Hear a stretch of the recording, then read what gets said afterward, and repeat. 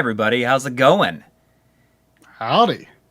All right, so everyone has to let me know how the audio sounds. I have upgraded to the same set of microphones that Try has because I was getting sick of messing around with my Zoom, and I positioned this microphone. And everyone needs to let me know how it sounds because once it's there, it's never gonna move. Ooh, I think you did. You get on to? Did you get onto the regular latency somehow? Because it's a long delay for me. Is it really? Well, it was just on.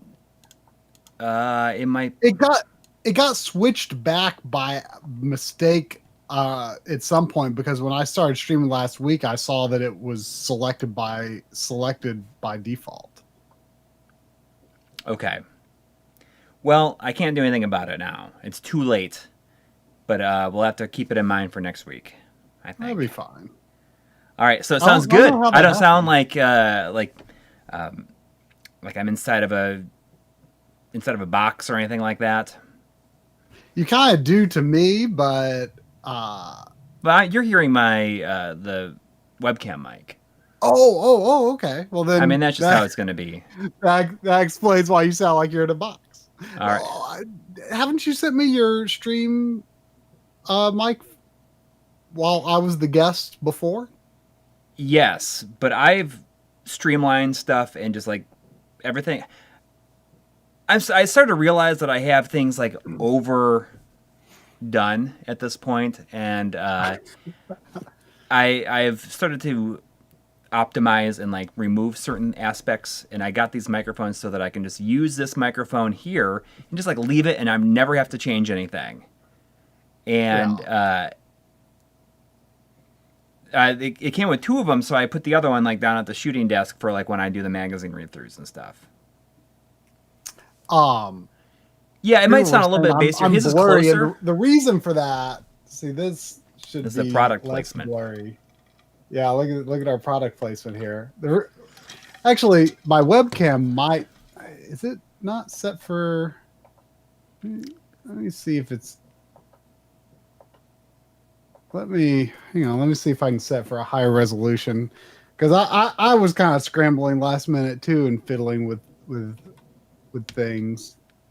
Yeah. I mean, there we go. I think it may have been like 480p or something. But see, the problem is, see how much clearer that is closer to it. Yes. Oh yeah, I see.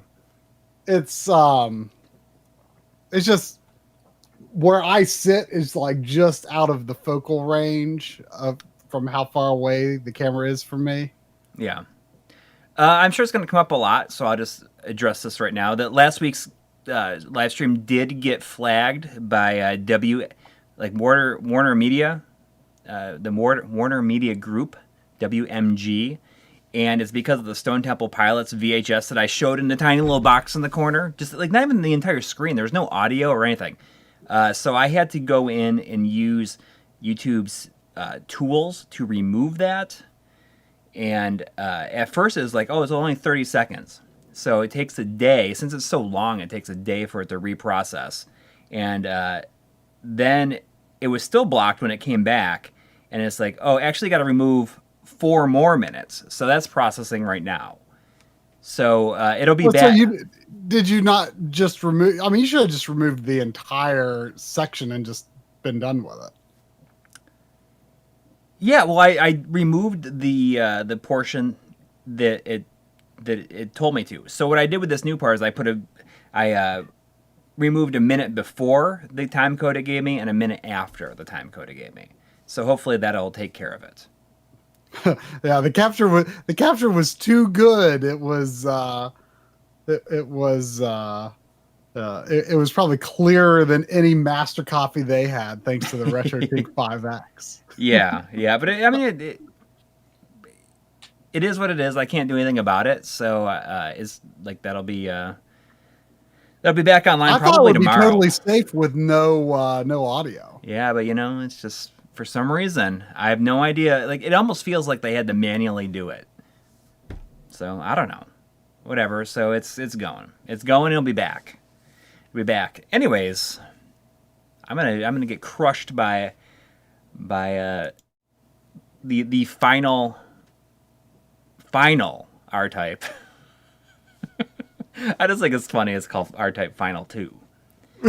Well, you know, Final Fantasy and all that. Final Fight. Yeah, but I mean, though, that's like the name of the series. I mean, this is R-Type, and this, you know, it should be just like R-Type Final. Anyways, we're gonna see how this goes. Everyone has to let me know how my audio sounds and everything, so I guess we find out. We find out. We did get a early $5 from good old Chris Fratz, saying, I have to do my Joe impression of me here. All right, are you guys ready to watch some more Life and Gaming? Says, I recently found the GameSack skit that had both of you in it, and I love it. And, you know, a lot of people seem to say that was one of their favorite GameSack skits. Let's see here.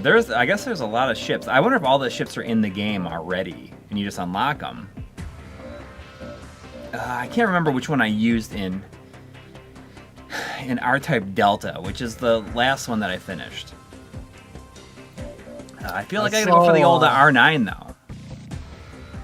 I saw Joe's skit today where he played a prank on his future self. Oh. I sort of did that with how I do I want to play normal, or do I just want to go for kids mode? We'll probably see more of the game if I play on kids. It's up to you. It's up to you. But we're gonna try it on kids. I did it. I mean, I did it with Beautiful Joe back in the day. I don't see any problem with it. I played a prank on my future self by hiding the demo for Too Fast for Gnomes in the middle of my Wii channel organizer. You know, way off into the pages that are completely otherwise empty and I'll never go to. And I was like, ooh, I'm going to forget about Too Fast for Gnomes, and I'm going to find it one day, and I'm going to be like, oh yeah, Too Fast for Gnomes, the demo. Gotta give a thumbs up. That game is spelled number 2, fast, number 4, gnomes. It is an endless runner, and I just think it. How are you feeling? we played it on Backlog Restream for reasons I do not recall, and we were profoundly amused by it a long time ago, and yeah. But now that I found the prank that I played on my future self, now I always remember that Too Fast for Gnomes is lurking there in my Wii dashboard. So it's not a surprise anymore. Although, I guess I forget which Wii it's on. Are you ready to take Is it my Wii U Wii now? I can't remember. So I guess there may be surprises yet to be had. Good luck. Oh yeah. I feel like this is probably like Unity or Unreal or something. Do you think? Yeah, it's kind of disappointing it didn't do like a seamless transition into the gameplay. I feel like that needed to happen. That would have been real cool. I mean, you know, that would probably actually be pretty difficult to pull off. For a game of this budget, I would assume. Yeah, so this was a Kickstarter game, which I did not back it. I can't think of the last game that I backed, honestly. Maybe is, I don't know, maybe Stained, maybe? What? Not Suikoden. Shenmue 3. Probably, honestly. Probably either Shenmue 3 or Bloodstained, whichever was first. I regretted not doing Eiyuden Chronicles. Is there Why? What did it? That was. I mean, there's no reason. I mean, I'm sure I'll be able to still get a physical copy somehow. But, Oh, I'm sure. I mean, that'd be. I feel like almost anything is going to get physical copies at this point. I mean, anything of that high of a profile, for sure. Yeah. There was $2 from Shadow Mask saying, "Thanks for being super nice, helpful dudes." Oh, thank you. Well, hopefully, I'm trying to be helpful with the RetroTink 5X episode. Been working on that hard, man. I've been sleeping like crap for like 4 or 5 days in a row. Like, no problem getting to sleep, but then like I keep waking up like too late to go to the bathroom. Like What? Like, so every once in a while I'll get in this like sort of pattern where, you know, if you wake up to go to the bathroom like earlier in the night, no big deal. But then if you wake up after you've already slept a really long time, then like you really haven't slept enough, but you've slept enough that like falling asleep is maybe not as easy as it could be. I feel like I'm kind of lost. Like, it's just. Well, you don't need as much sleep as I need, so. Well, no, you I wouldn't mean, understand.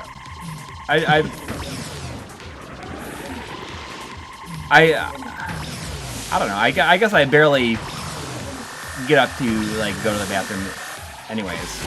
Oh, I mean, I almost always get up to go to the bathroom at least once. Oh.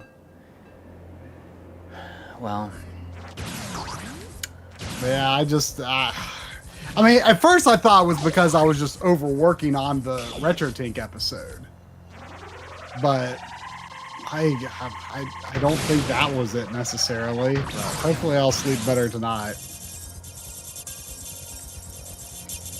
Yeah, I mean, I don't know. I guess like I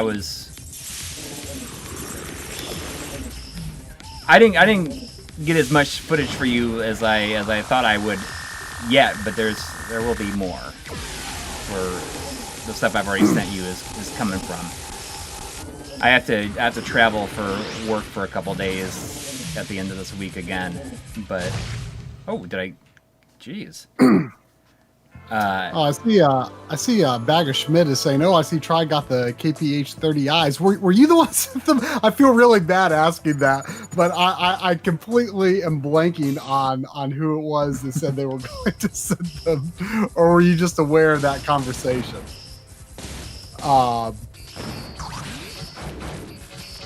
But yeah, they're you know, at first I was not sure what I would think of them. But they're actually pretty good. When I first plugged them in, I thought they sounded really strange, and I think it was just because it seems that they are loud at a lower volume level than the headphones I'm used to using. Like, in other words, like if I have the volume turned all the way up, they are louder on these. It's louder on these headphones. So I think I just had to turn it down because I think it was just way too loud.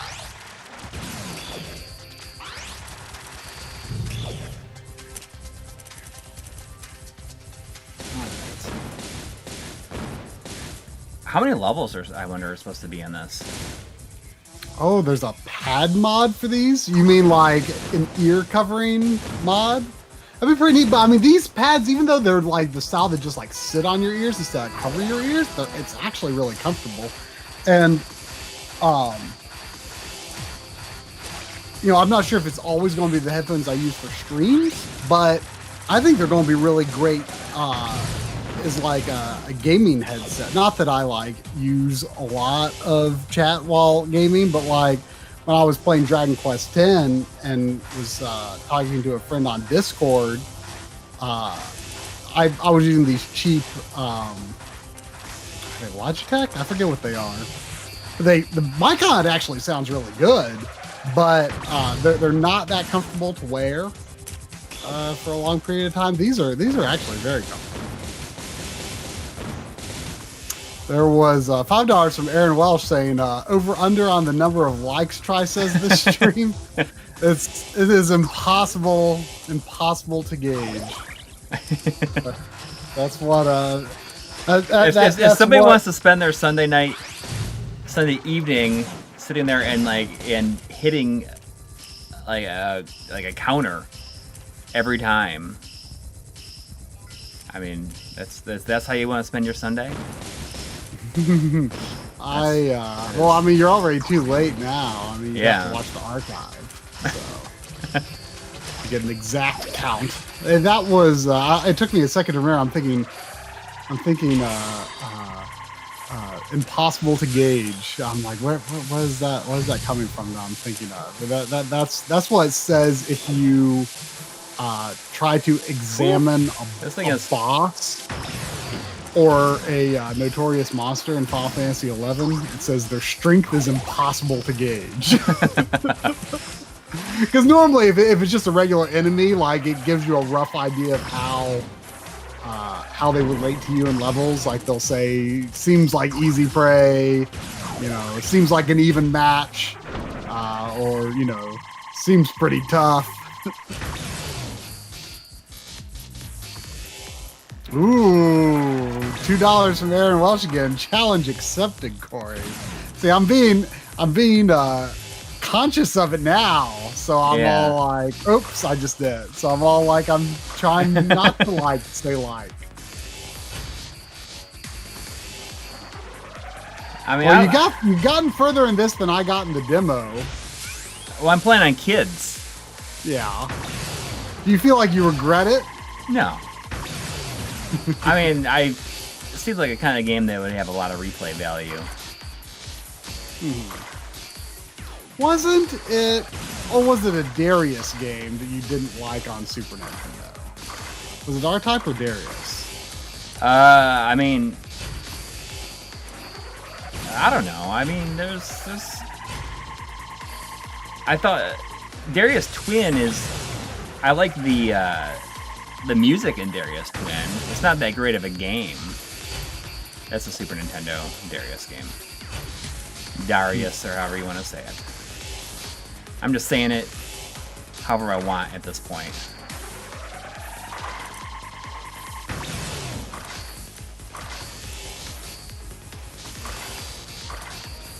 Oof. Yeah, I was talking about Final Fantasy XI for a bit there.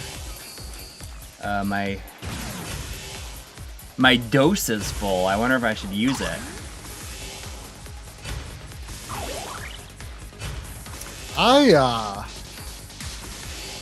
I ordered Newegg had the Xbox Series X memory cards for like $22 off or something like that. Woo! Like look at that. Like the SSD external expansions. Yeah. You can actually play current gen games directly off of. Right. Yeah. Oh yeah. It came up in the deals tab and the MLiG Discord. Yeah. I had actually already seen it because just before then I was thinking, man, I really want the DualSense charging dock. Yeah, it's really hard to find. Yeah, and I thought, well, I bet if I go to Wario64's Twitter, I bet I won't have to scroll down that far until I find one. It'll probably be out of stock, but... Right. And I did find one that he posted one for GameFly. Huh. That was available. And, like, the shipping was only $2, which really surprised me. So I thought, well, that's worth it. So I ordered that, and I saw that he tweeted the Newegg deal on the Xbox SSDs. And I thought, I want it, but maybe I'll hold out a little longer. And then I went and looked at the MLiG deals tab channel, and I'm like, oh, now they're talking about in there. Now I got tempted again, and I ended up ordering it because main reason was I actually am out of space on my system now between my internal and external storage. And I thought, well, for twice the price, for the same price, I could get twice the amount for an external SSD and just continue to put last gen games on it. Right. But I was like, well, but if you think about it, I'm probably going forward, I'm probably going to be adding more like stuff that needs to be played off of the, you know, the official SSD, you know, as opposed to, you know, catching up on last gen stuff. The thing that finally filled it was I got a used copy of Sleeping Dogs Definitive Edition because they added FPS boost, which that was on last gens on PS4. I have the PS4 version, but I really like that game, and the PS4 and Xbox One versions ran 30 FPS. Mm-hmm. So I thought it was worth it to get the Xbox version for that FPS boost, because that's a game I kind of would like to replay. That was one of my favorite, like, you know, third-person open world games. I'm normally not the biggest fan of the genre, but that was one of the ones I did really like. No, I've had this couch for a while. I'm just streaming upstairs as opposed to downstairs, like I tend to do more often. But I've had this for I got this in early 2020. I see Eric T is in the as you're talking about the SSD for the Xbox Series X. Eric T works at a local place around here, and he hooked me up with a very good price on one of those, and it is filled to the brim at this point. So I think the way I worked it out, where I put the games that are like Xbox Series X optimized on the internal drive, and I put all of the Xbox One X enhanced games on the SSD, and then I put everything else on the external drive. Nice. I was going to tell your story about how you got a crazy deal on on one of those, but then I got sidetracked, and I never expected that the person who was who made that deal happen would have been watching the stream. I'm gonna try a different one. I did not do very good with that ship. I see GameSack Joe is saying, wow, this game looks pretty low budget, especially the way it moves anytime you touch the controller. I'd love to see a game like this get an actual large budget. What does he really mean it moves every time you touch the controller? Does it just look like the movement's too sensitive? I think I think on early levels it would move up and down, like the viewpoint would slightly shift. Oh, you mean like the camera, like... Yeah, but it's not doing it here. A huge swing, like Vector Man style. Or, right. But I think that was because I'm assuming that was the... I don't know if it did it on earlier levels, too, but I think, until... Jeez, sorry, I'm just, like, concentrating. It's because it's like the ship level, like the battleship level. So maybe that's why it was moving up and down. The music on this level is pretty good. I gotta say, I like this. There was 499 from James Ross saying, thanks guys for that RGB 103. That spoon feeding for a noob is invaluable. Ain't nobody got time for sync.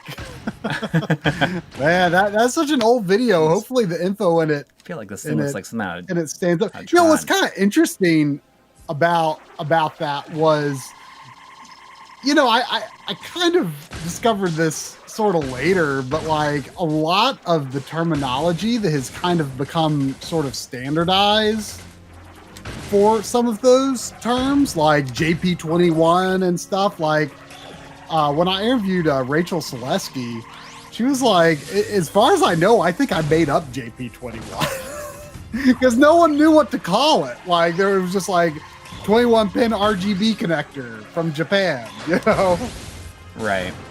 But you just start calling it JP21, and I think like the sync on Luma, sync on composite, and stuff like that. Like a lot of times you would see like when people were talking about in forums, they would they would just say, oh, using composite video is sync or something like that. You know, they didn't really give it a name, and she sort of on her eBay listings kind of made a standardized sort of lingo for it. Just, I guess, for her own purposes of making it clear, like, what is this product? Like, it needs a name. You know, that was very much what I started like, using myself. So, I'm... but, you know, that video is so old. These glasses are very old. And, oh, no. There's a hair on it. What? And now when I blew out, there was one tiny bit of spittle. On what? On your glasses? Huh? On your glasses? Well, okay. I got cleaned up enough. I can't deal with like a prominent smudge on my glasses, and like, you know, clean it with your shirt doesn't really do anything, but it's not too bad. I can survive without going and getting a proper clean cloth. But anyway, these glasses, in the RGB 103, the sync episode, I mean, gosh, was that like 2015? I want to say that was early 2015. That's a long time. No. I think was it late 2014? Because see, at my old job, the music in my old job, real good. I got, yeah, that went up on your birthday, the day after Christmas in 2014. Wow. That's kind of hard for me to believe that it went up. I wonder if it was like done Checkpoints, man, for a bit before. But yeah, I mean, the channel was barely a year old. So late 2014. Anyway, I say all this to say, see, in my old job, I got, you know, new insurance for optometry every year. And the few times I ever took advantage of it, I always went to the eye doctor in December because then I could get, you know, I could use the money 1 year for eye exam and new glasses, and then right away in January I could use the money for that year to get prescription sunglasses for the new. So that was my scheme.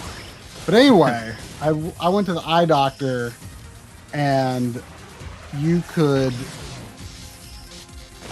I thought my eyes had like undilated enough by that point to shoot, and you know, back then we hadn't standardized like our zoom level. Oh, right, yeah. For the videos as much, and mine was like pretty close, and no one's really ever commented on it. which Yeah. surprised me. But like, you can definitely tell my eyes are dilated from having visited the eye doctor. So anyway, I say all that to say, you know, whenever my prescription from that visit to the eye doctor came in, I've been wearing these glasses that long. Like, so I definitely want to get a new prescription and a new pair of glasses this year. But I want to finish Analog Frontiers on this set of glasses. Coury is hosting part 4, but I'll be hosting the final part, part 5. But, you know, I guess there's nothing that says I can't do my single on-screen hosting segment with my old glasses, even if I did get new glasses. But I just want the series to be consistent in that regard. Although it might be hard to read the teleprompter. Probably not. It's not going to be that drastic of a difference, but I'm definitely due for it. So there is.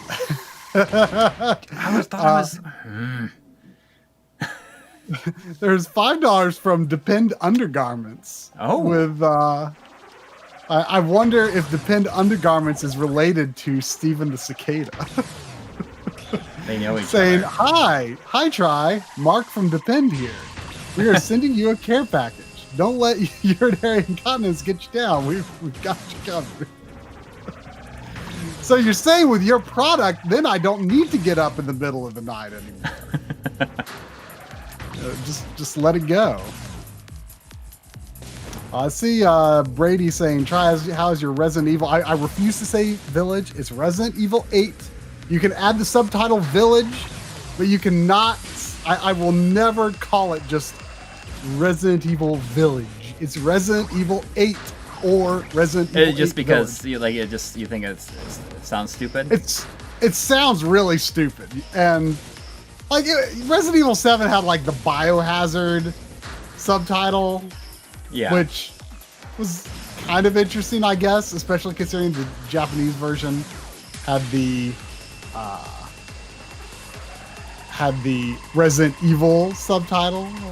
That was a fun little thing, but like, and they clearly highlight the 8 in the Village, you know, the Roman numeral 8, just like they did a little cool play on that with the 7 and the RE7 logo. But like, to just like pretend that like it's not Resident Evil 8, it's silly. But anyway, I actually, because I'm working on the RetroTink video and I want that to be done as soon as possible, I am most regrettably relinquishing my Resident Evil. You know, the pattern of those bullets that fire out of that cannon look like the Stadia logo. Look like the what? The Stadia logo. Like, watch those bullets as they. Hey. I mean, I don't know how much of a delay I'm on, but those orange little bullets that came out, it was like the Stadia logo. Can't see anything. I don't know if they can see. If you come over here, they can see it. No, you got to come this way. But anyway, because I am. Yeah, look, the camera's right there. Because I'm crunching on You can say hi, really. The RetroTink 5X video, and I want that to be done and viewable for you all as soon as possible. I am not playing. I picked up the game today. I picked it up today. I got the PS5 version. I have not watched the Digital Foundry video. I just asked John what's the short version because I know very, very little about the game. I don't want to watch any more video. I don't want to hear anyone's thoughts, opinions. I don't even want to know what kinds of monsters are in the game. Like, I know very, very little about the game.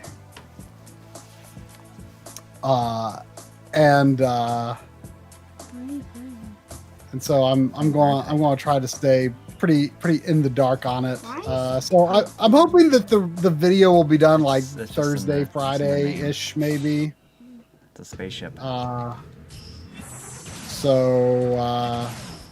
then I'll binge it. I'm going to take a few days off and binge it. Where are those things on there? Looks like they're I don't know.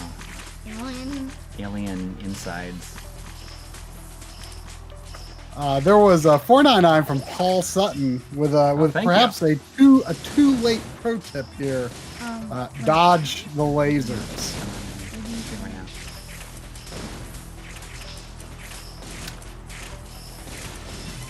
Does R-Type usually do this, like shooting through the sludge thing? Because I always think of Life Force. I mean, I always thought of it as like a Gradius thing, but Well, I mean, I've played more maybe, Life I mean, Force than it's been a long than time the- since I played the any real of the others. I didn't Gradius. play Final 1, and it's expensive now, I guess.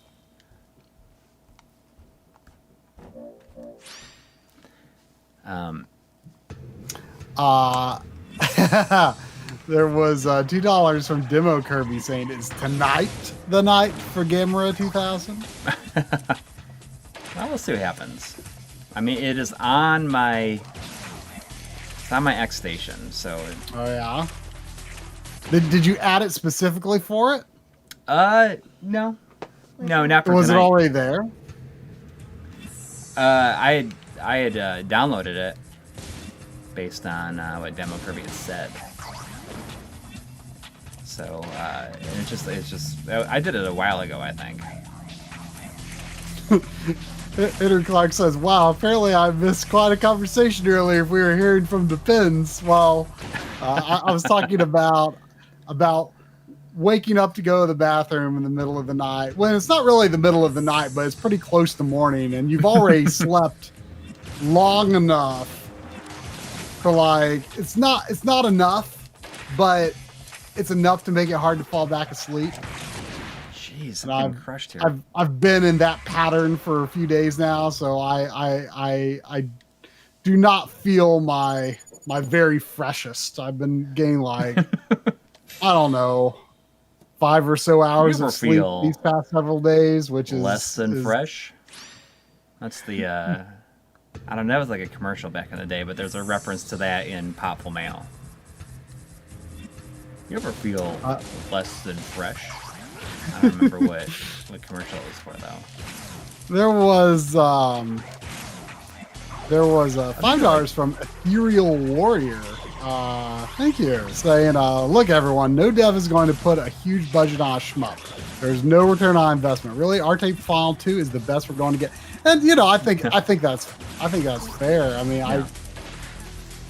I have a hard time imagining a game like this getting a huge budget. I mean, you know, I wouldn't have thought to criticize the way this game looks because I mean I think it looks better than what you would expect a game of this type to be able to get, you know, the type of funding that it would be able to get. I mean, it's just it's not. Give me a hug. You gonna say goodnight? It's hard to imagine You can say it out loud. getting, you know, say goodnight, everybody. the Naughty Dog, Okay. you know, shmup budget treatment. Someone's asking me what is the lowest resolution I could run this at and it still be playable. I mean, I could do it at 240p. I bet it would look pretty good. It seems like the kind of game that would probably look good at that resolution. This? Maybe. Yeah, I'm just thinking about how I would go about doing it.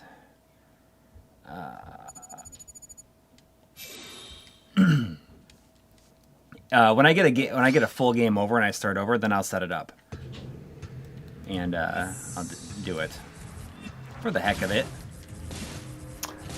There was $5 from Jonathan Henson saying, you know, the ever controversial horizontal shooters or vertical shooters. I'm like getting crushed.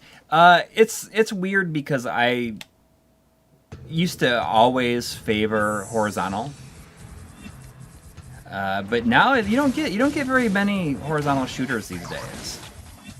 So I wonder if my opinion has changed over time because I'm just like don't get it. Like they just don't make as many now. Really? I mean, I would expect that they would make more horizontal because of the screen real estate and, you know, consoles and stuff. Yeah, Well, but I mean, My just doesn't seem like it understanding, happens very often. my understanding is that the shooter hardcore prefer vertical. This is tough, man. And I am very much not a shooter hardcore. And since I don't often never put my monitors into Tate mode. I'm kidding, by the way. No, it's not. I just prefer the ease of play of horizontal versus vertical, because I'm usually not playing like an actual arcade game. I'm usually playing it, at home. So if it's vertical, it's going to be smaller. The screen's going to be smaller because of how it has to be cropped. I just prefer horizontal overall. It's just the There's by more far cinematic. less hassle. It's the more hassle-free option. There is a version of R-Type that lets you switch to the arcade version. That's R-Type Dimensions.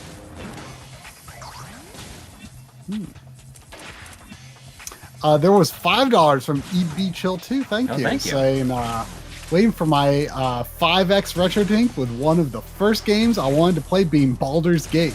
Now I see it came out on the PS4. You going to try it? Did it already come out?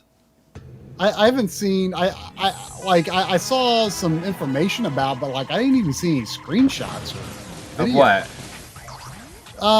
Well, I guess there's a new Baldur's Gate game coming out that's got a behind the character perspective, but they're I guess Baldur's Gate 1 either just came out or is coming out soon to Switch and PS4 and Xbox and everything. Oh, I have no idea. I meant to get that collection of the two games, of the two PC games. I'm talking about Dark Alliance specifically, not. Oh, is there a new Dark Alliance that coming out? I guess that's what I assume that's what EB Chill is talking about. I did get the Baldur's Gate collection for Switch, but that's been out for a while. I assume he's talking about Baldur's Gate Dark Alliance though, because that's the one that just looks so good on PS4. I'm just I can't get through here. I think it's I want to say the back buffer for that game is actually 720p or something. So the image quality just ends up being super, super clean. It just both Dark Alliance games look so good on PS2. And I want to say the PS2 versions are considered to be the best. I know that at least the first game also came out on GameCube and I think Xbox. And I know they're considered to be much worse. I have not played through them. I played a good bit of the GameCube version with a friend. But when I say a good bit, I don't know, 2 or 3 hours probably. But I'm looking forward to actually digging into those games because they just seem really neat. But I feel like it looks so exceptionally good on the PS2 that I kind of want to play it on the PS2. And It's I'm holding my breath the whole time.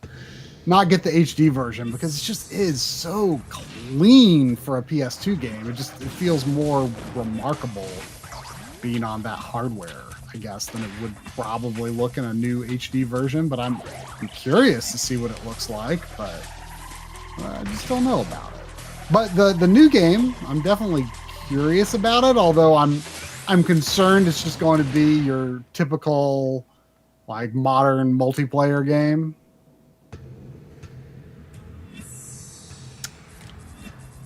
Plan on practice here pretty soon at this rate. I bet you can't get to the last level. On practice mode? Probably not. Maybe you couldn't even get this far. You on don't even know practice how far mode? into the game you are. This could be the last level. No, I don't think this is not the last level.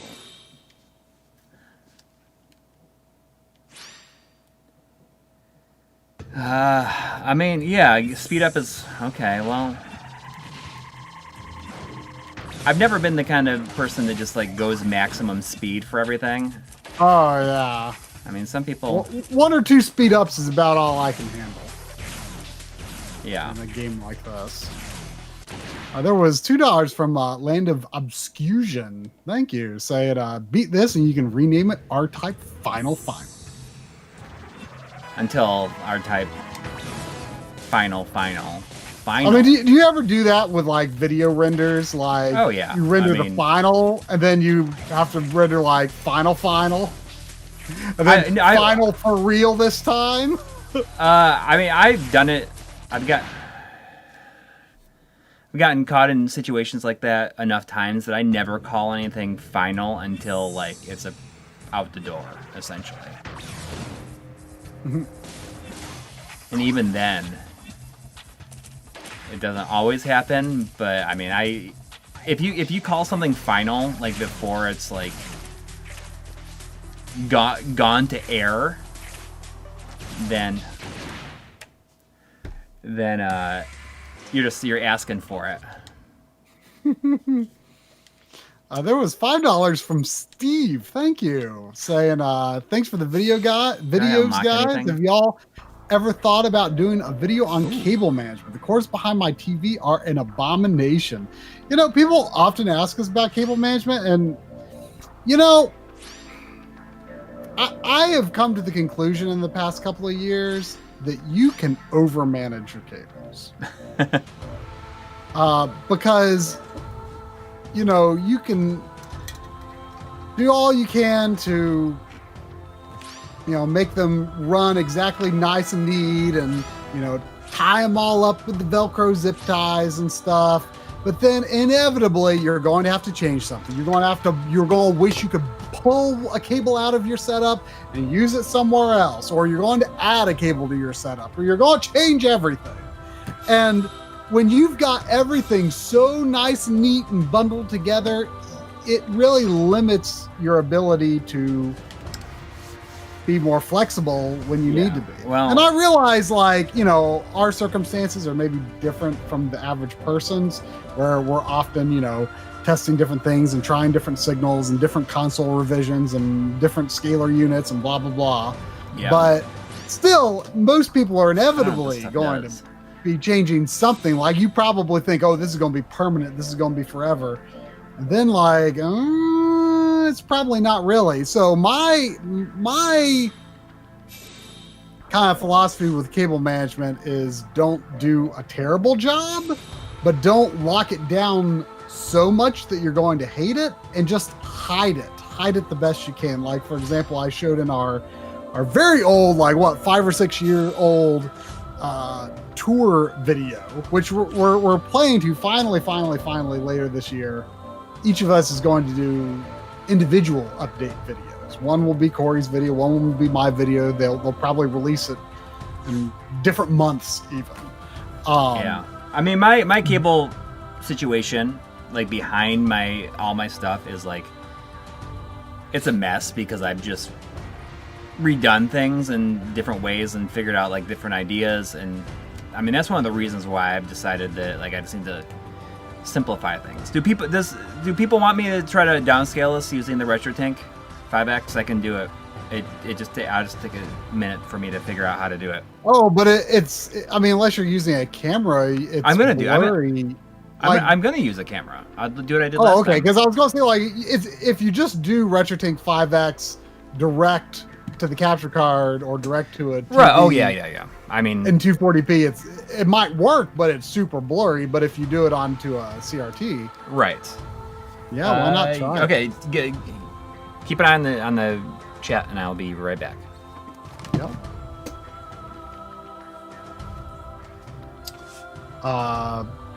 But yeah, I mean, my philosophy is more to hide the wires. Like, as I was starting to say in the old tour video, I showed how, like, I had this black cloth affixed to the back of one of my IKEA units. So that way, like, the wires that you could have seen behind it You know, it's just one of those Calyx / Expedite units. I know Zane's dad was asking about those in the Discord earlier today. That black cloth that I put back behind there just kind of makes so that you can't see the mess behind there. But if it wasn't there, it would look like a mess. But if you can't see the mess, is there really a mess? Think about it. There was 499 from Brian Leffler. Thank you. Saying, I reviewed this game for Shack News and had to beat it on practice mode. No shame. It was still a decent challenge. Thanks for all the amazing videos. Oh, well, that's interesting. I don't know if Coury can hear me right now, but I will be sure to convey that to him. So you actually were able to finish the game. Did it give you a true final boss, an actual ending to beat it on practice mode? I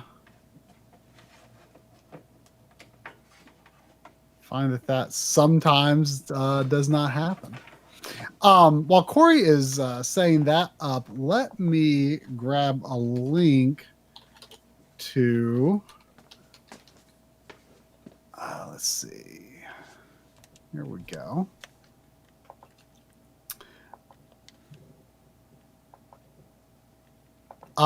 So there was this probably came up in a stream at some point before. I know because the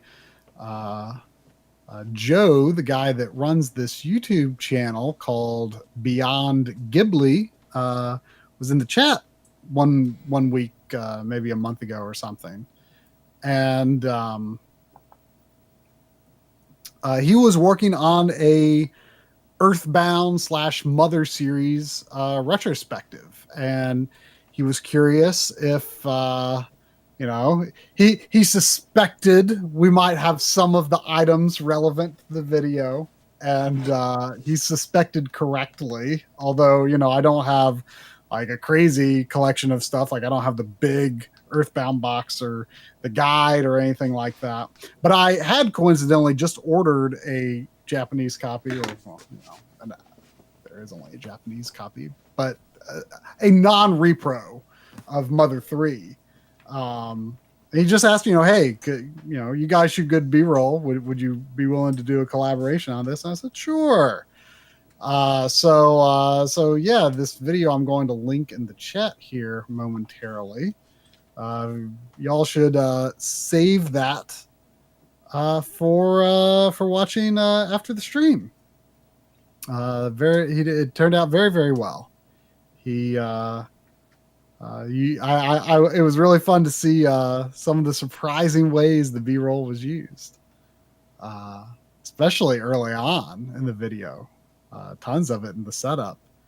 But yeah, check out that video. It's very good. If you like hearing, and you should check out the rest of the channel if you like hearing a very smooth British voice talk about video games and anime.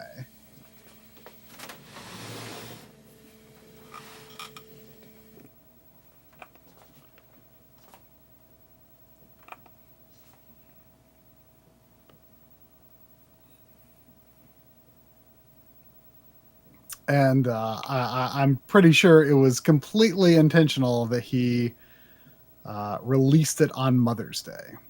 Man, I gotta tell you, I've still only played through Earthbound. I've not played through any of the other games. And I kind of feel like when I played Earthbound, it kind of went over my head. Like I thought it was fine. I thought it was interesting, but I think I thought of it as more of like almost an RPG parody.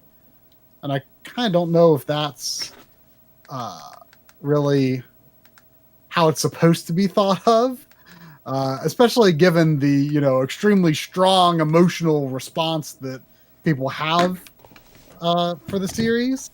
So I definitely want to replay Earthbound and, of course, finally play Mother 1 and 3.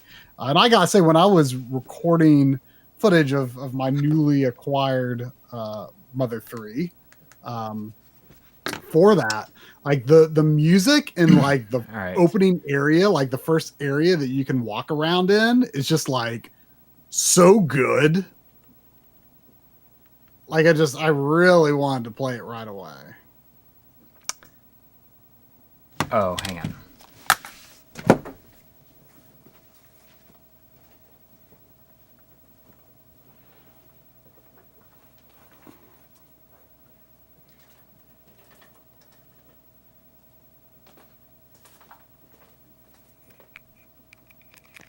Ooh, looks like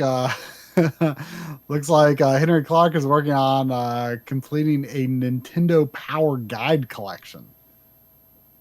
Still needs Earthbound, Final Fantasy 3, and Chrono Trigger. I imagine those are expensive. I have Chrono Trigger. Let me get it. I have it. I'm not considering it for sale though, but I do have it.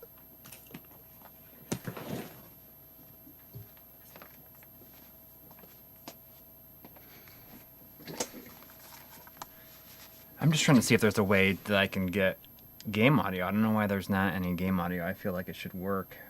Oh, you know, it's not going to work. Let me think if I can.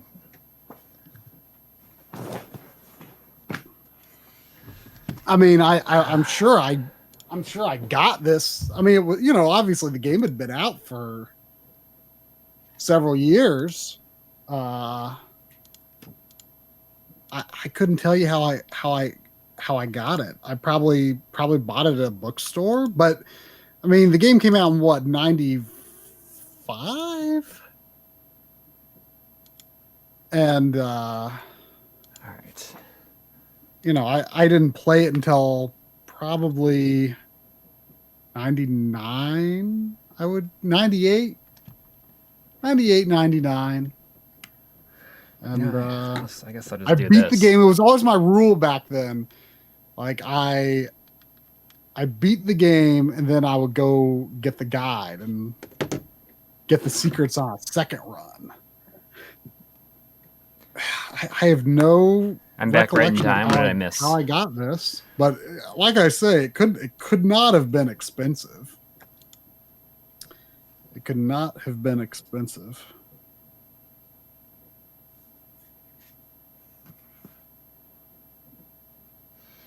I'm just trying to think if there's a way that I could do this. Tristan Gilmartin, we are planning to do another game room tour this year. I mean, we were just talking about it, actually, but separately. Separately, but together. Well, it's not going to be the same video. Corey's going to do one video and I'll do another video, and they'll probably release even in, you know, different months. Right. But yes, Corey's setup, I think, is in a pretty good state right now. Yeah. Me, there are some major revisions that I want to do, semi-major anyway. But I don't want to get involved in that until Analog Frontiers Part 5 is done. I'm trying to make it. I don't need that kind of distraction from I wish I could get finishing it. audio. How can I do audio here?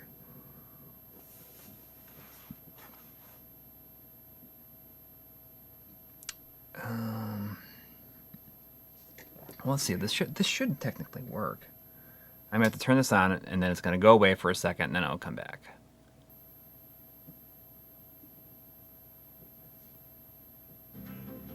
Okay. Now we should have audio in just a second here. As long as it... Okay, that's what we need right there. Okay, so 1 second. So when you downscale with the RetroTink, what's like the left and right situation? Like, is it cut off? Is it squished in? Or is it very similar to the GBS? No. I mean, that's the stuff that I added. Okay. In the Yeah, add that to the script. Did you voice it and send it to me yet? Hang on. Everybody, just be quiet for a second. Is there any game audio? I'm not sure if there is. Oh, yeah. I mean, this should. Oh, because I'm on this screen. There should be game audio.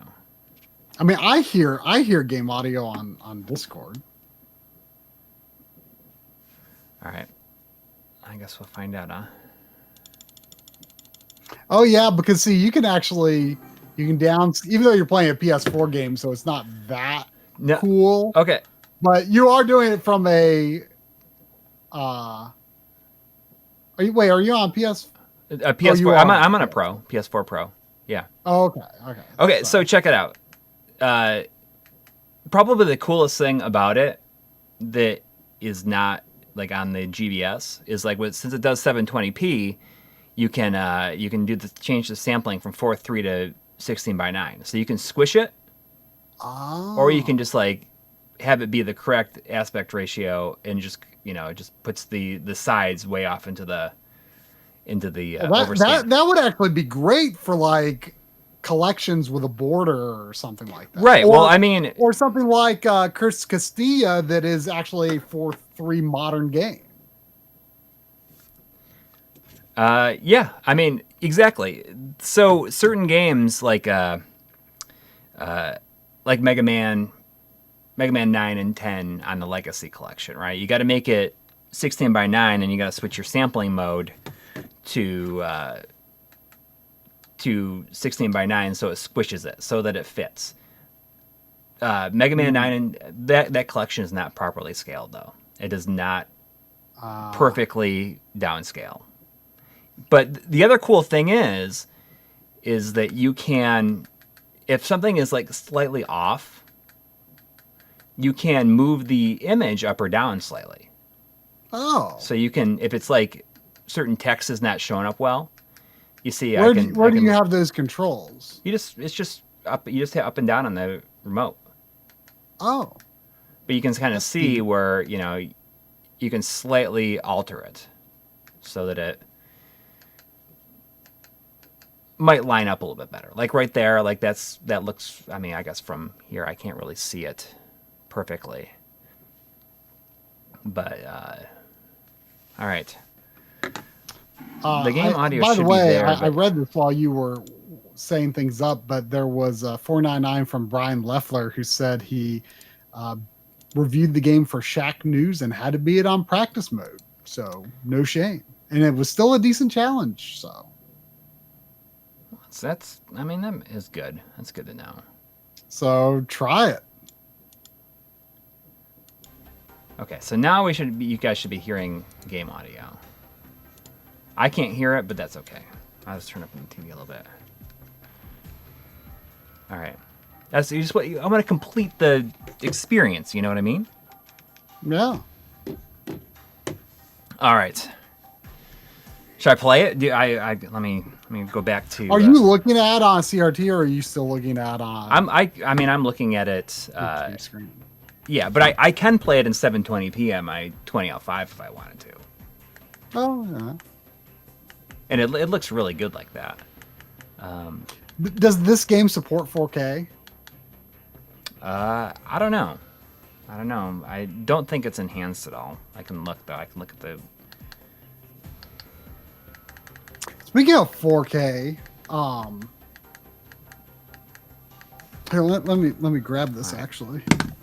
Okay, here we go. Let's start over.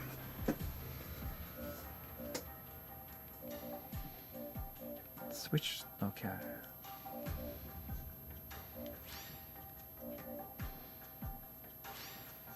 I can put different decals on it. I feel like someday this might end up being a pretty valuable game because it was kind of weird circumstances that I ended up getting it. This is the Korean physical version of Resonance of Fate 4K/HD edition.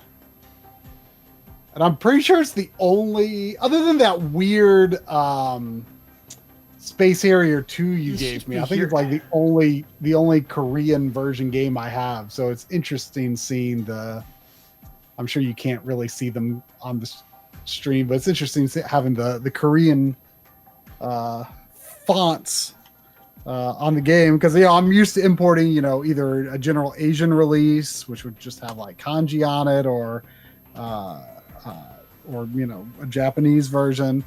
So it's interesting seeing the Korean font. But anyway, how I ended up getting it,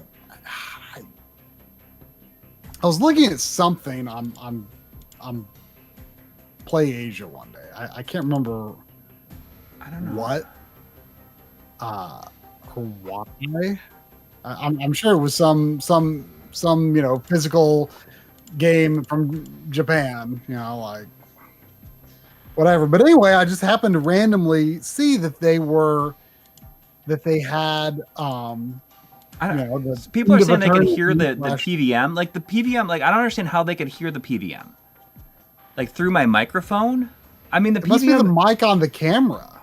No, I muted it. Hang on, I'll see if I plugged it in so there's nothing. Hang on.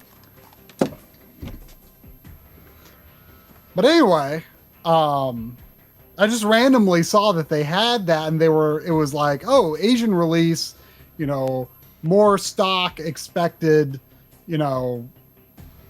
or no, it didn't even say that. It just said they had it. Well, then the next day I got an email from them saying, oops, sorry, it's actually not the Asian region version of End of Eternity 4K/HD edition. It's the Korean version. And it said, please reply to let us know if you want to keep the order or cancel it, and we'll offer a $5 discount.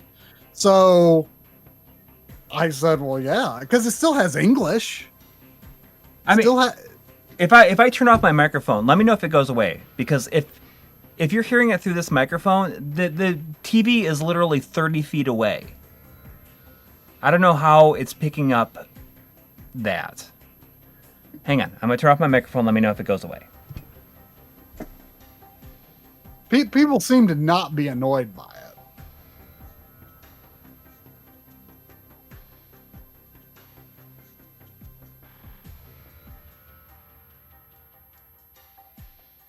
I mean, most people who watch our streams are old anyway, so. It went away when I touched the camera. So it's... Okay, hang on. Anyway, so, the Korean version still has English, so I'm like, yeah, okay, whatever. That's fine. I'll take that $5 discount. And so anyway, it just came this week, finally. But the next day, I looked, and they didn't have anything listed in stock. So I think I was super lucky to see that they had it at all, because I either forgot or didn't know that there was a physical release of the 4K Resonance of Fate, which is a really interesting game. I did beat it on PS3. It is a unique RPG in every way.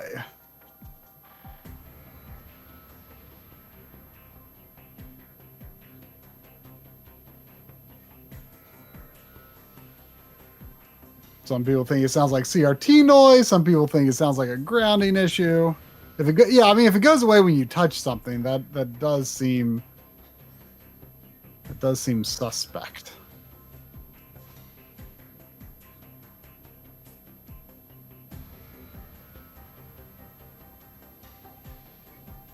Remember to take good care of your ears, everybody, or don't take good care of your ears if you don't want to hear a CRT whine. It's so funny to me, though. I mean, the younger people who may not be as used to CRTs, in some of our early videos, we didn't necessarily filter it out. And they're like, every time Coury talks, I hear this high-pitched whine. And it's just like, oh, it's just CRT. I mean, we were young once, too, when CRTs were just a daily fact of life. And I mean, I used to think I had like some sixth sense that I could go inside a classroom that had a TV that appeared to be off. It was black screen, but like I could sense. I'm like, that TV is off. Okay. If it's not gone now, then there's nothing I can do about it. See what happens. Most people seem to not really care. Okay.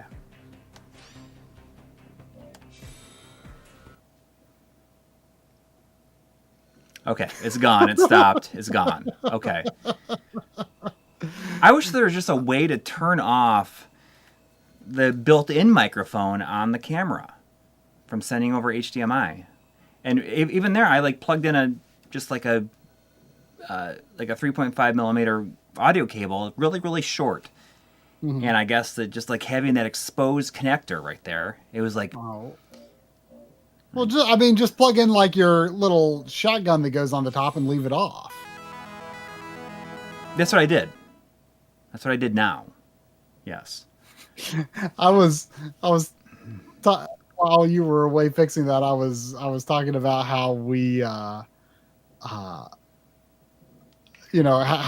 early on, people used to complain like every time Coury talks, I hear this high pitched whine. What is going on? Because we didn't put filters on to hide CRT noise when they were in the background. And Dimensium in the chat says people say that they hear a high pitched whine whenever I talk, also, but I never have a CRT around me. I'm playing in practice mode. See if we can do a little bit better this time. The start sequence has been. So we'll see. Are you ready? There was 349 euros from Francisco Antunes. I'm sure I didn't say that correctly, but thank you. Saying cheers from Portugal. Big fan of the RGB-200 series. Well, I'm sorry that we have not had an RGB-200 in a long time, but we kind of promised that one would happen in 2020, and then 2020 was 2020, and we didn't. But we have also been promising that one will happen this year, and I feel quite confident. You should stare at us in a way that will make us feel very ashamed. People posted the GIF of me from the Everdrive episode when you were talking about save states, of me shaking my head and tapping my finger on my arm. You've been posting on Discord lately. That's what you should be doing to us if we don't release an RGB 200 this year. You just be gone. It's happening. Let me know if the game audio is too loud or if it sounds good. I like that it's technically like a TV inside of a TV right now. Although, I could probably take the other layout. I bet I could take the other layout and position the image so that it's on the TV. Yeah. Should I try it? It would probably look better. I mean, it'd be bigger. Okay, again. I mean, that like blue and pink neon shot looks kind of awesome on the CRT. I mean, the CRT that I'm seeing through an HD TV through a web browser window on a 1440p computer monitor. I mean, a few layers there, but it helps me imagine that pink and blue neon laser looks cool.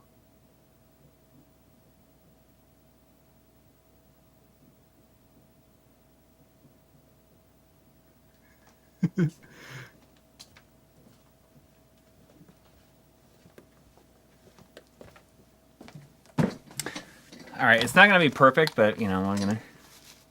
Oh, are you... Oh, for a second, I thought you were using the slider. I thought it was... No, it's on the slider. Oh, okay. I thought it was like you were making it go automatically. Oh, no. That'd be cool if I did that, but... There was there was $5 from Lee Mustang. Thank you. Thanks. Saying, OMG, try same. I used to be able to tell my friends, oh, we're going to watch a movie today in class, and they couldn't hear it.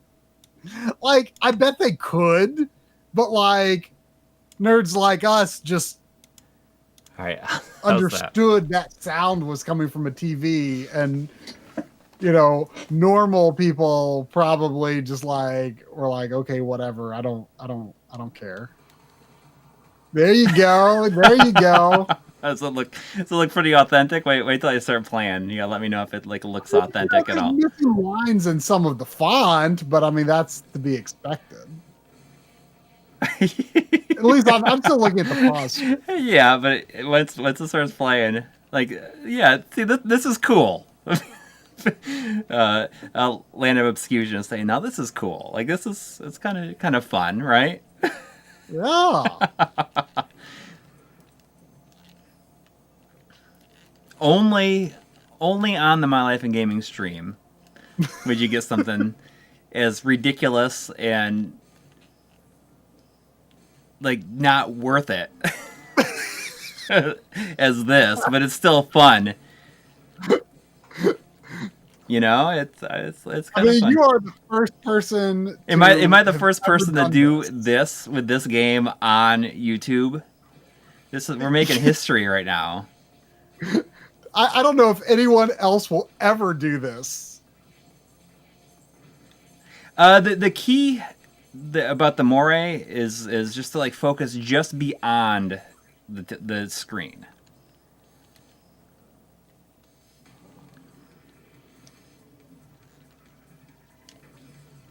Yeah, I mean, I usually try to focus just a bit past the screen. Yeah, exactly. To minimize moray. Oof, I saw that coming. I should have gone on there. Cool, yes. Worth it? No. Overkill and redundant, but amazing. Oh, you start with the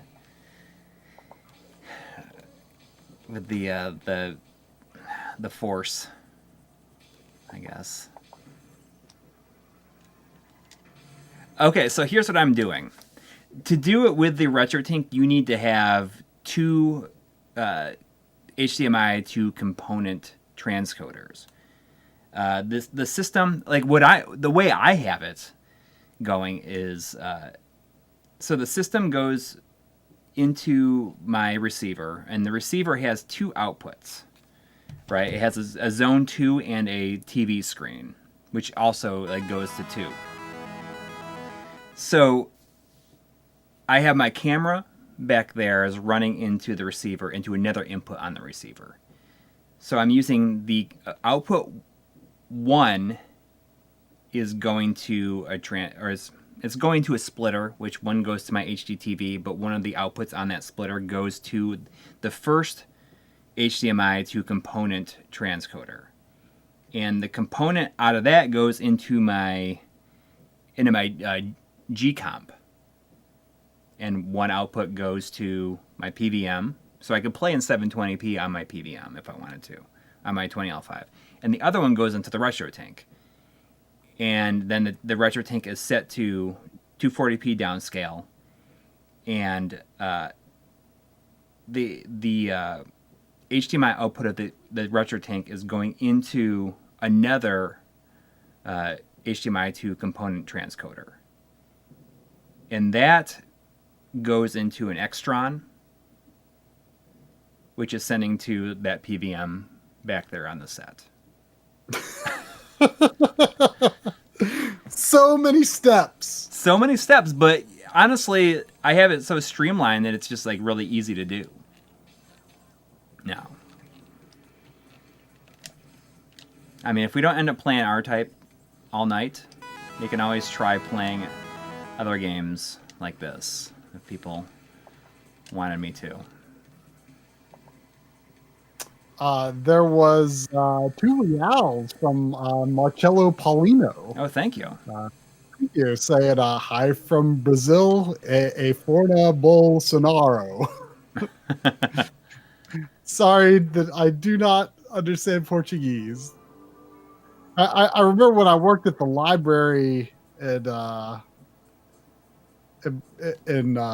college that one of the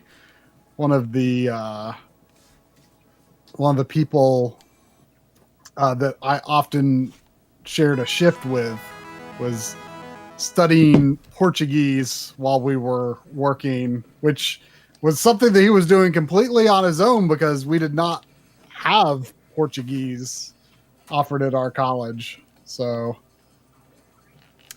So I feel like somebody should tweet like at least a screen grab of what's happening on this stream right now, because I think that people would be,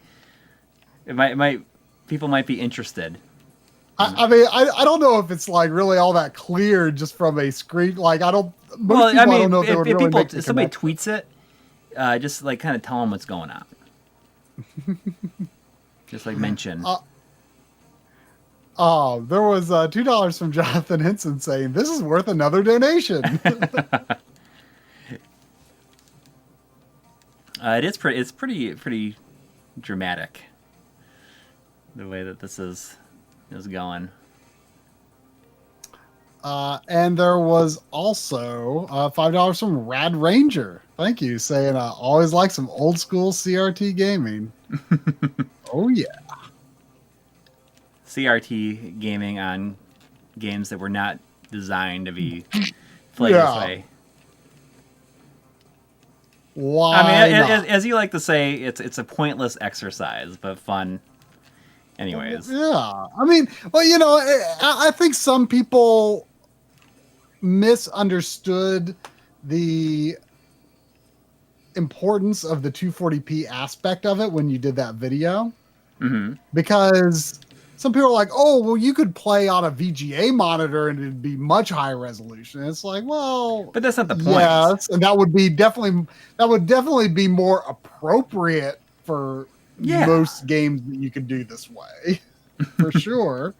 But like the point was, like 240p downscaling is relatively uncommon, you know? Yes.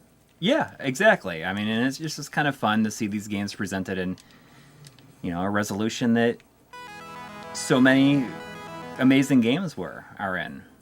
Yeah, I mean, and for the most part in that episode, you chose games that made some kind of sense to try that way, like more older style genres and stuff, and pixel art games and things like that. But then, stuff like Final Fantasy VII Remake, which while based on a game that was played on a CRT, looks nothing like a game that would be played on a CRT, and yet somehow it's kind of neat.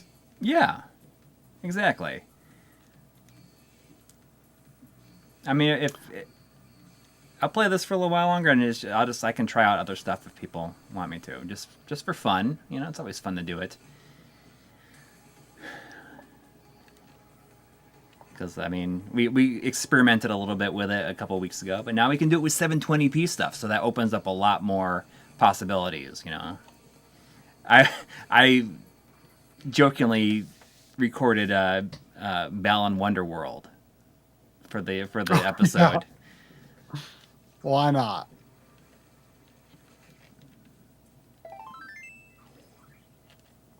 And I mean, what did I for this the section on downscaling is not very long in the video.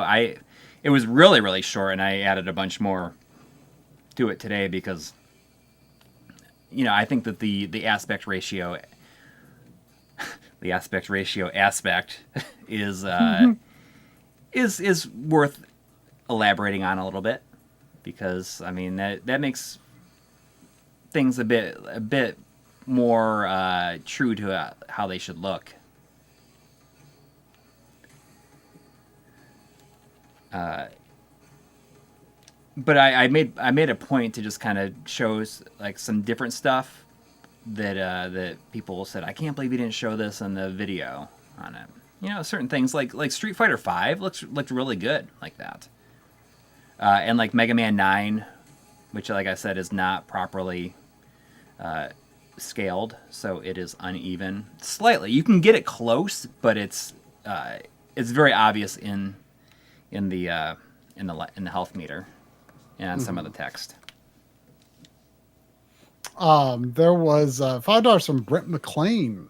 Thank you. Thank Saying, hey fellas, I have a Mega SG and a Terra Onion Mega SD, both unused, but I'm considering going with a Mister for Sega CD. Is one better than the other? I mean, you know, I know that Mister has used MD Fourier pretty extensively for its Genesis core. I assume probably also for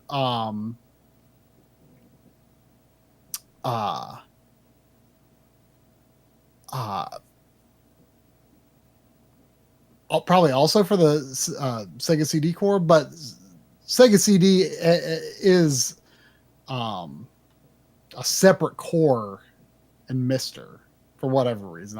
I'm sure there's a good reason for it, but I don't know what that reason is. But I do know that Mega SD used it to some extent. There was 499 from Andrew Towell. Oh, Thank you. Saying, I don't know if that's Towel or Towel. I'm not sure how to say it. Saying, I really appreciate what you guys do for the retro community. Thank you. Well, thank you. We try. We try. Well, we hope to, once Analog Frontiers is all done, we hope the videos will come a lot quicker. But I'm taking a little break from editing that to work on the RetroTink video, which should be out by the end of this coming week, I would say. You know, hopefully sooner than later. I'd love to impress myself with the speed that I might be able to edit it at. But then it's back to Analog Frontiers Part 4 for me and the Mister video for you. Yep, exactly. But I mean, I'm still working on the Mister video. I was just working on the script earlier this week. Well, I was traveling. I've caught what looked like it might have been a screen flash or flicker. Like it happens occasionally, like very randomly. I mean, I ran into something where it was just like happening all the time. It was getting really bad at one point, and I asked Mike about it, and he, came back like 2 hours later with a firmware that fixed it. Oh yeah, yeah. We have gotten to test a few experimental firmwares, I suppose. Yeah. There was $2 from Mitch B saying, called this on Discord last week. Specifically this game? Or that you would just be downscaling something. I don't know. Yeah. That $2 from Shadow Mask. What gets upscaled must be downscaled. That's true. Does anybody have something that they would like to see downscaled? Because I'll mess around with it. From the PS4? It could be PS4. It could be anything. I mean, it doesn't take. I wasn't sure if other things were just as easy to set up. Do you have anything noteworthy to play on PS5 that you couldn't also play on PS4? Just Resident Evil. Well, I mean, we don't want to do that. No spoilers here. Have you started playing it? I actually played like the intro last night, but then I just got real tired and didn't play anything past like the setup of it. Have you been playing Near Replicant? I was into that too, and I didn't play very far. I've been getting sidetracked with just like family stuff, and I haven't played like a lot of games lately. It's been a slow couple months. I mean, I got Pokemon new Pokemon Snap and the kids and I played it for a night and got pretty far, but we just haven't played anymore since then. They just rather play Roblox. You know that I saw on Discord, on my Discord friend list that Steve was playing Roblox. So yeah. it seems like this Well, is becoming the life of every parent, huh? Yeah, it's interesting because it's I talked a lot to John Linneman about Roblox because his son is really into it as well, and it's like he's like started to get into like the programming aspect of it and like learning how to like design the games in it. And it's been around the game has been around for a long time. I mean, it's been around since like 2006, I guess. That kind of reminds me, I haven't even seen a trailer for this. Like all of a sudden I saw something this week about Nintendo's making something called like things like Game Maker Garage or something like that. Yeah. I did not see the trailer for it, but I mean, that came totally out of nowhere. Yeah. I mean, like, I'm kind of curious, like, because I feel like people might be more likely to make like something that might be kind of fun to play for a little bit on that versus maybe a more complex tool like Dreams, which, I mean, I say that knowing almost nothing about what people have created in Dreams. I just kind of have this assumption that it's maybe a little complicated, and maybe a little more, artsy than just, fun to play. Yeah. But like, I still feel like it might be too complicated. Because like, what makes Mario Maker so fun is it's just so simple to get into. Yeah. Well, I mean, the Roblox aspect of it is, I mean, it's kind of neat. I guess that people are into doing the stuff that they are with it. I mean, I think it's wrong to just like to crap on it because there's a lot of like really inventive things. John like linked me to this somebody who like remade like a Sonic game. Like using the sprites and everything. I mean the building engine is pretty robust for people that want to like learn how to use it. And it's interesting because he is telling me about how it's been around for so long, and I feel like you don't really hear too many people talking about it. But not in our sphere anyway. But it has like 36 million players every day. Wow. Which is, I mean, you look at, when Microsoft saying we have 23 million people on Game Pass or whatever.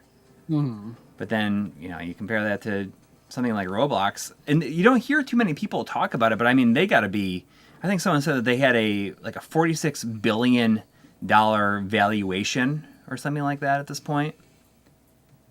Wow. So, I don't know. John was saying, I kind of want to do a video on Roblox. Really? Yeah. Which I think that would maybe do a little bit to dispel that is just like, for people that aren't into that kind of thing. Like, I mean, that it's garbage. It's garbage. It's not. I think to people who, are not parents like me, we just think, oh, it's just some obnoxious thing kids play. Yeah, but it's, I mean, there's more to it. The Sonic thing was crazy. Like, that might be interesting to do a video on things where that's like, oh, this is actually pretty neat. Yeah, I mean, just like anything, I don't want to do it. I was telling him like I could be in his video.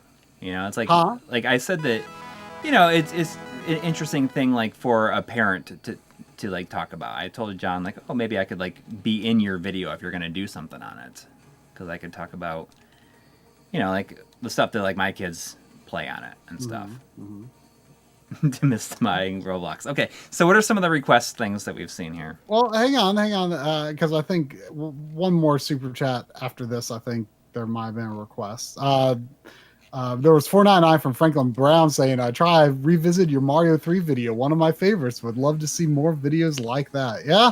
I mean, just talking about games. That's definitely something that we, in a post-analog frontiers world, we do want to spend more time just talking about games, in our own way, right? Exactly. And there was $2 from Venesaria saying downscale Shadow Complex, please. That does sound interesting. And $5 from Whiskey Revengeance. I always have to say Revengeance and not just Vengeance. Saying Castlevania Adventure Rebirth or Mega Man 9 on Wii. Can you do Wii easily right now? Could you use Wii Dual? Is that hooked up with HDMI right now? Or I guess you could use your Wii U, but I don't know if the Wii mode is properly scaled in that. I also don't know if he can hear me. Probably not.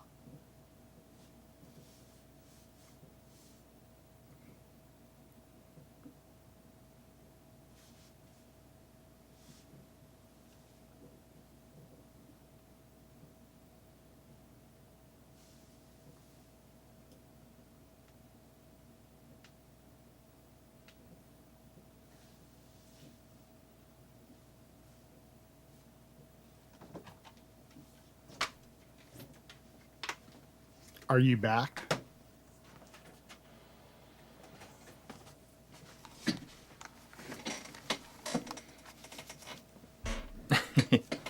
All right. There was also I don't think you heard me. There was also $5 from Whiskey Vengeance. Curious about Castlevania Adventure Rebirth or Mega Man 9 on the Wii. I don't know if how easily can you do Wii without changing things up right now? Is your Wii Dual hooked up? Literally, it takes no effort to do any of these things. I can downscale any system with zero effort right now, including component. Yeah, Stuff because the first transcoder is going into my G comp. Oh, okay. So everything is just running through the G comp. The G comp is feeding the retro tank. And there was also $2 from Michael McManaman saying downscale Monster Boy and the Cursed Kingdom. Says Switch in parentheses, but I imagine any version would be fine. But you did try that, and it was a little too HD, wasn't it? Yeah. It kind of had some shimmery issues due to just the high level of detail.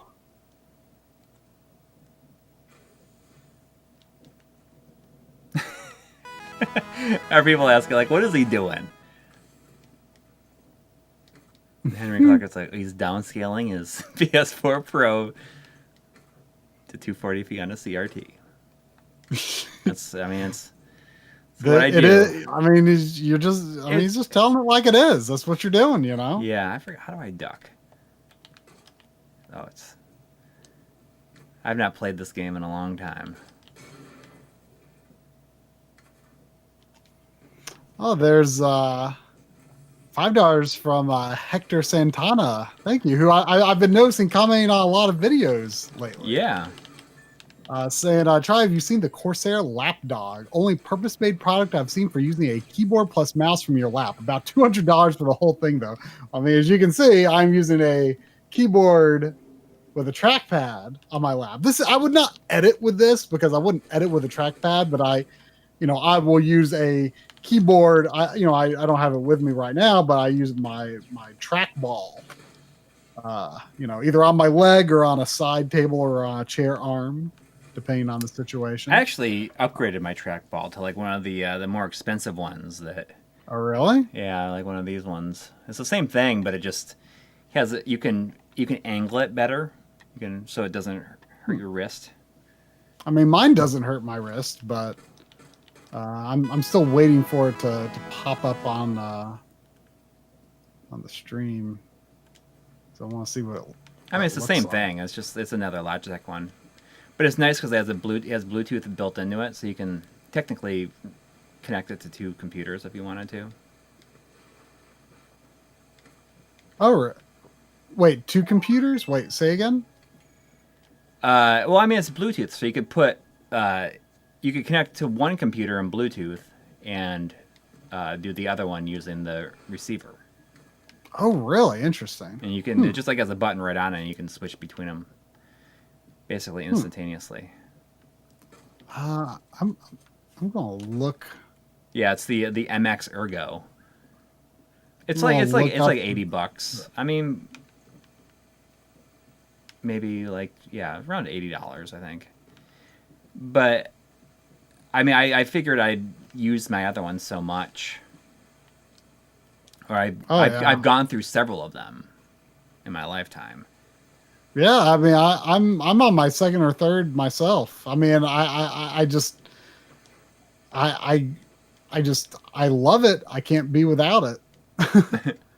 I'm gonna look up this Corsair lapdog though, just because I'm curious what he's talking about here. If it actually seems like. Oh, I forgot Nolan North is in this. Oh yeah, well, Nolan North is also in this. I was just showing off. Oh, really? But is he just like basically playing his regular voice? Oh yeah, he's just his regular Nathan Drake voice. I mean, he's kind of there's not really a super clear main character in Resonance of Fate. But like he plays the older guy who is kind of the leader of the group. But it's his regular it's his regular old voice. Yep. It's weird though seeing him in like a Japanese game. Yeah, I can see that. But yeah, this lapdog.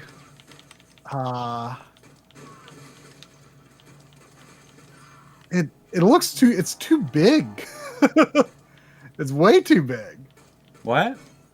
It's exactly. It's this almost laptop that Hector Santana was talking about. Oh, a laptop. I thought you were talking about the MX Ergo. I'm like, oh, what? It's like almost exactly the same size. It's too big. I like doing it my way. You just have your own little side table with your trackball. You don't need no mouse. No real mouse. Don't need that. Ooh, I got the passkey component.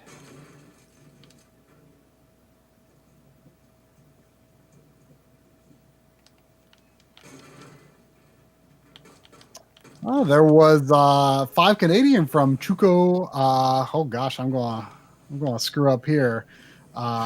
Kapolugbo. Sorry.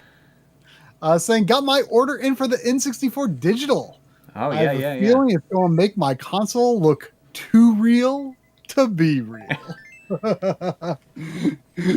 Yeah, that did go up this week, didn't it? That's it's pretty exciting. Definitely looking forward to seeing that in action myself. People are like, speaking of too real to be real, I watched that video that Digital Foundry did on the beta Mario 64 ray tracing thing. Uh-huh.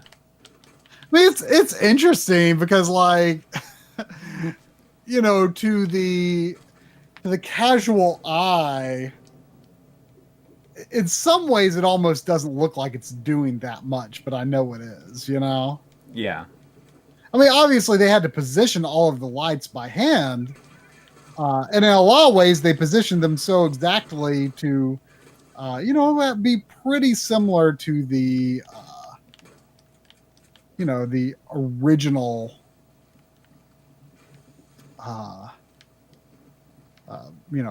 feel of the lighting.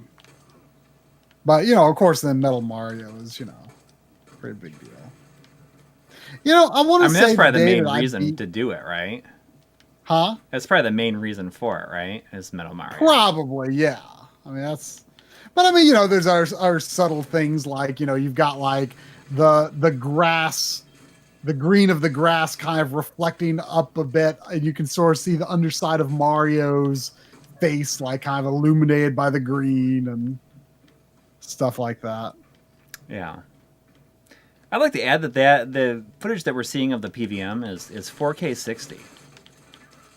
I mean, obviously the stream is not 4K 60, but Not by the time it's on the stream, but yeah, the camera feed into the card is 4K 60. there's a lot of layers between us and the true Shadow Complex on a PVM experience. Yeah. It's a screen inside of a screen inside of a screen.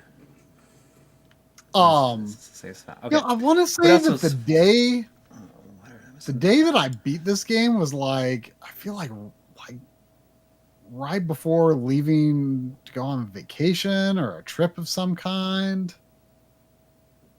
I don't know why that sprang to mind, but I mean, this was, I feel like, one of the big games that put limited run, like they kind of made it kind of like a whoa, like oh yeah, exactly.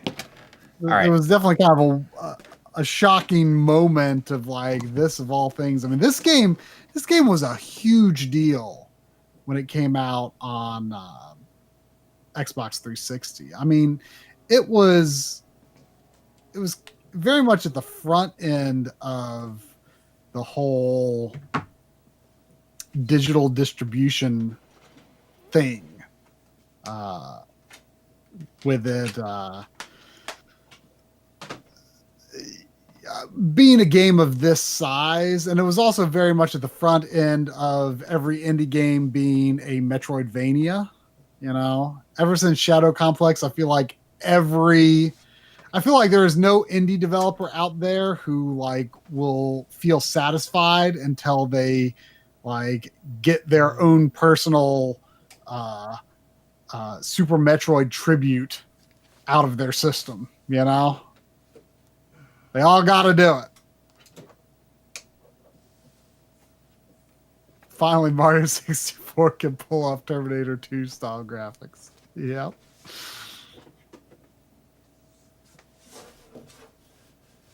Except there's only so much they could have done with the liquid metal in T2 because, like, I mean, there is no like scene information of what is behind the camera like there would be in a ray tracing game.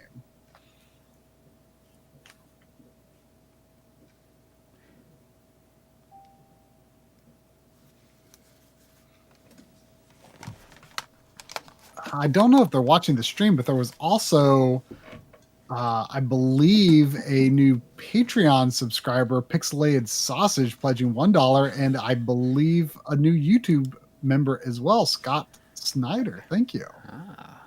Pixelated Sausage. You see how easy that was, though? Yeah, I mean, I wasn't sure if it would be. I think I might have to install. Equip is asking, curious how Coury got rid of the reflections on the tube. Looks nice. You can see this. You can still see some reflections. I mean, I just turned off the lights. I might need to.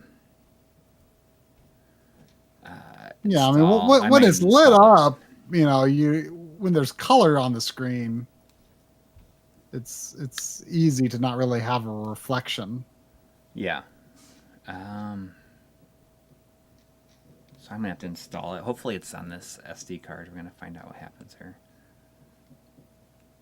You should downscale Doom 64 on the Switch. See how it looks? I mean, maybe. I mean, it'd be totally silly. It'd be like playing the N64 version, except it's 60 FPS.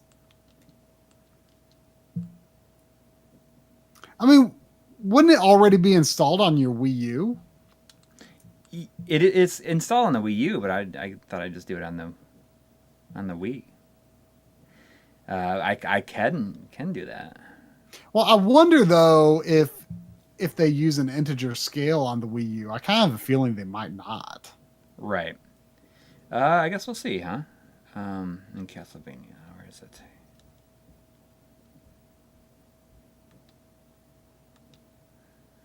And I gotta install them.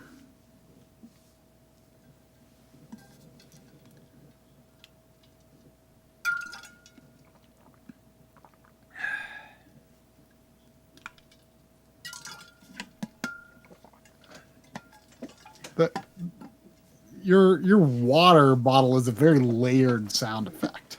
Is it? Now that we have this just- different it's just- microphone? Well, it's just dong. Yeah, there's ice cubes and stuff in it. There's like so many metal pieces making sounds with that. Dong.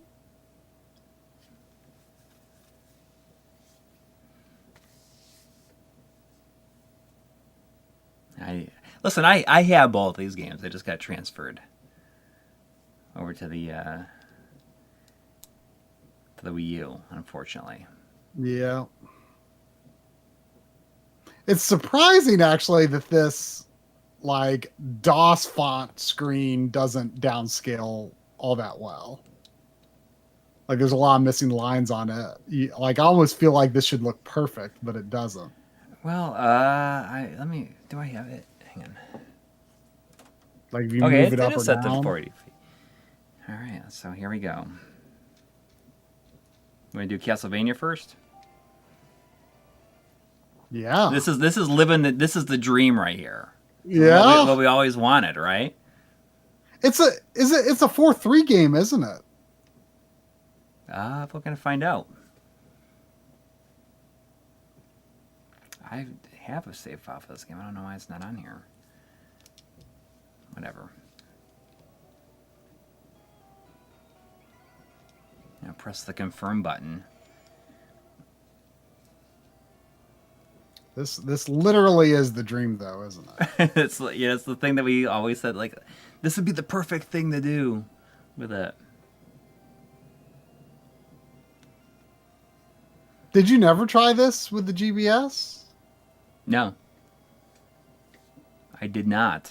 I didn't try any. That's I removed all of the Wii stuff that I wanted to try. Because it was already an hour. Yeah.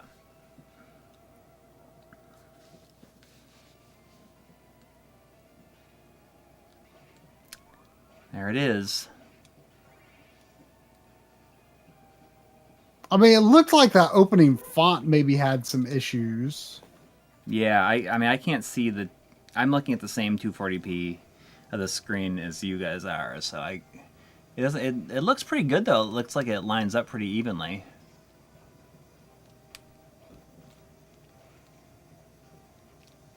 Yeah, let's see. I mean, yeah, it looks pretty good. If I switch it up and down, does it look wrong if I move it at all? Well, it's going to be too long until I see Oh, it it. doesn't really break it at all. If I move it up and down, it stays pretty pretty perfect. You don't get any unevenness. And that probably means that it is an integer scale. Yeah.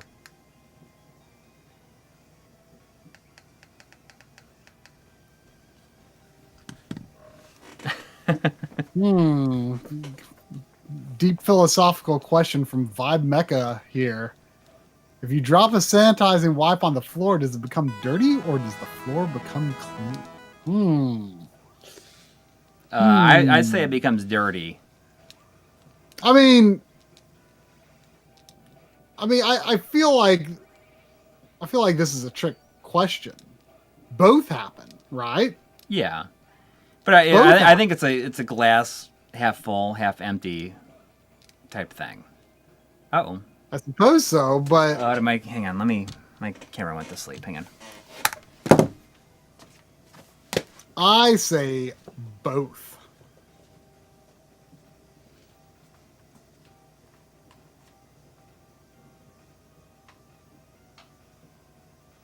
I mean, what is the purpose of a sanitizing wipe if it is not to become dirty?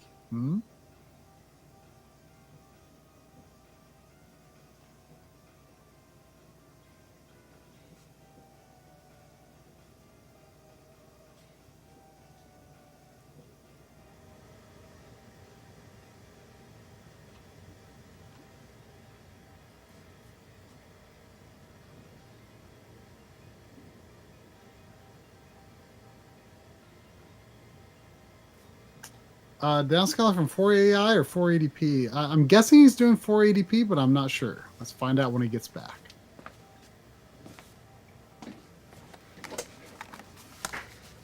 While I was over there, I just tried to make it look a little bit better. I think I need to move the image down a little bit, though. I tried to just like adjust the focus and stuff a little bit. Whiskey Revengeance was asking if you were downscaling from 480i or 480p. This is 480p. The 480i is successful. It has a little bit of a shimmer, like a little shaking, like almost like a Bob D interlace look to it. Yeah, we should. I guess we forgot to mention that to Mike, didn't we? We didn't mention it to him. It's in the script, though. Yeah. Yeah. When I tested, I have not tested the downscaling as extensively as Coury has, but 480i, like you still kind of see the flicker of it. Like it almost looks interlaced, except it has solid scan lines. Maybe that's something that he can fix. I don't know. Because it would be great for like Taito Legends or whatever, you know?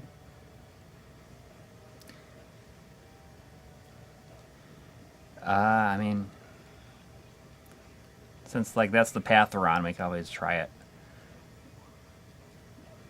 Yeah. I'm pretty impressed though. I think this looks great, honestly. Yeah, I mean this might be the best thing you've ever downscaled. Well, it's up there. What do you want to bet the nerds at M2 like Tried it.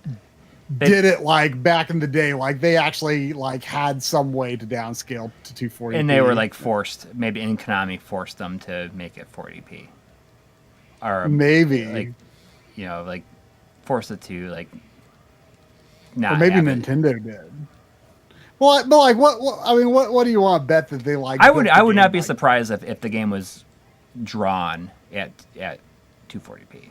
Yeah, because I mean, I wasn't thinking of this when I said that, but like, I mean, you know, the Wii can do 240p obviously because of VC, so it's almost for sure that they at least started. I would say, I bet you that anything they started building the game for 240p. Yeah, maybe they probably wanted to make it an option, but they probably got vetoed just saying like, oh, it'll be too confusing. VP Electric. Sorry, we veered off into the ridiculous at this point.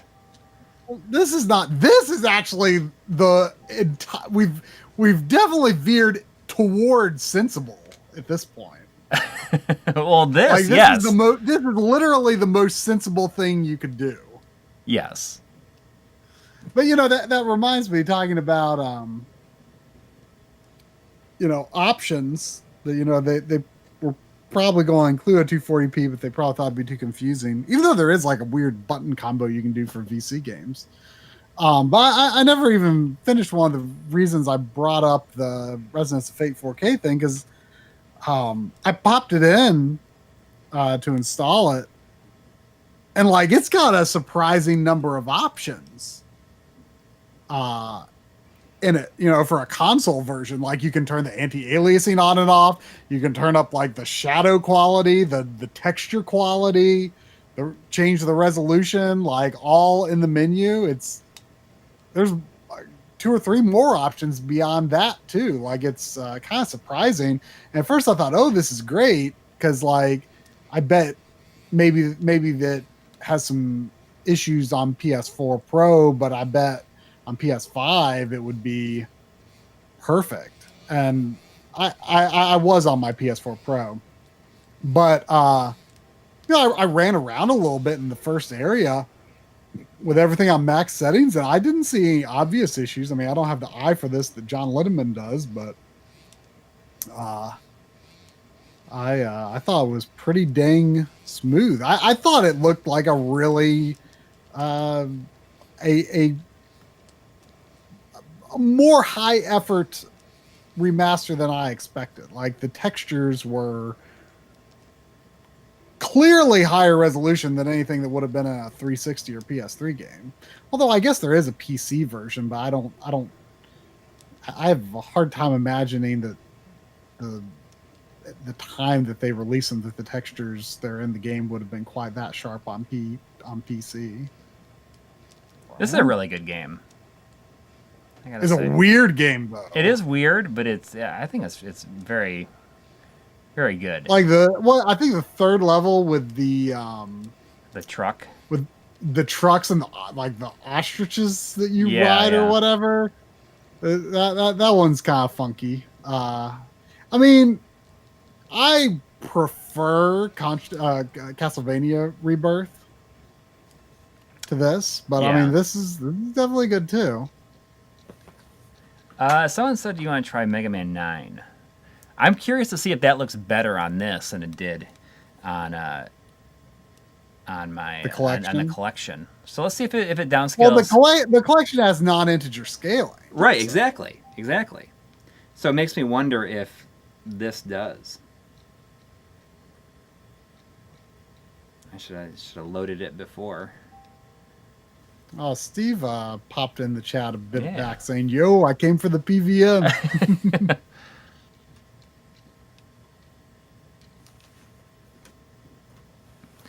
Yeah, let's see. Let's see if Mega Man 9 how Mega Man 9 looks. I am curious to see if it looks better than the collection. But it's 480i, right? Is it 480i only? I think it might be because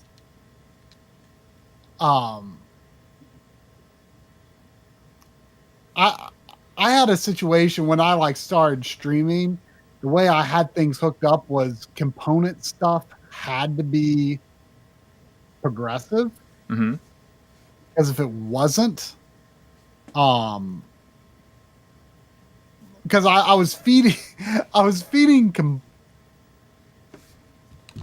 component into a VGA converter that went into a VGA to S video converter that went into my capture card. Because there was really no easily available capture cards that did anything composite S video at the time.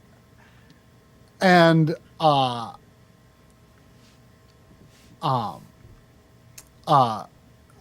was the Black Magic card, but then we got that, and what a disappointment that was, because it's so picky about being on spec that it hates video games.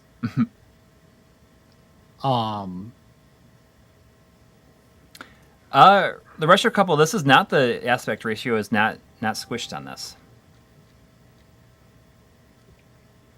All right, so let's see what happens here.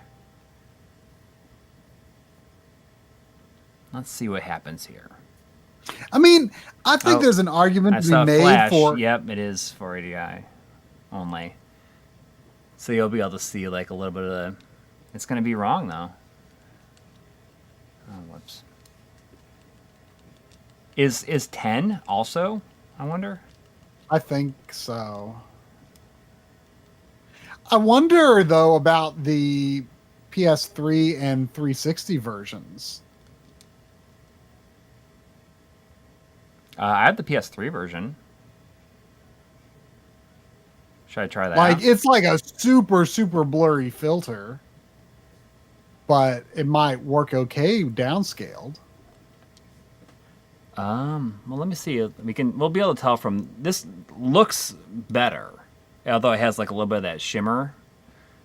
But that life bar looks good here.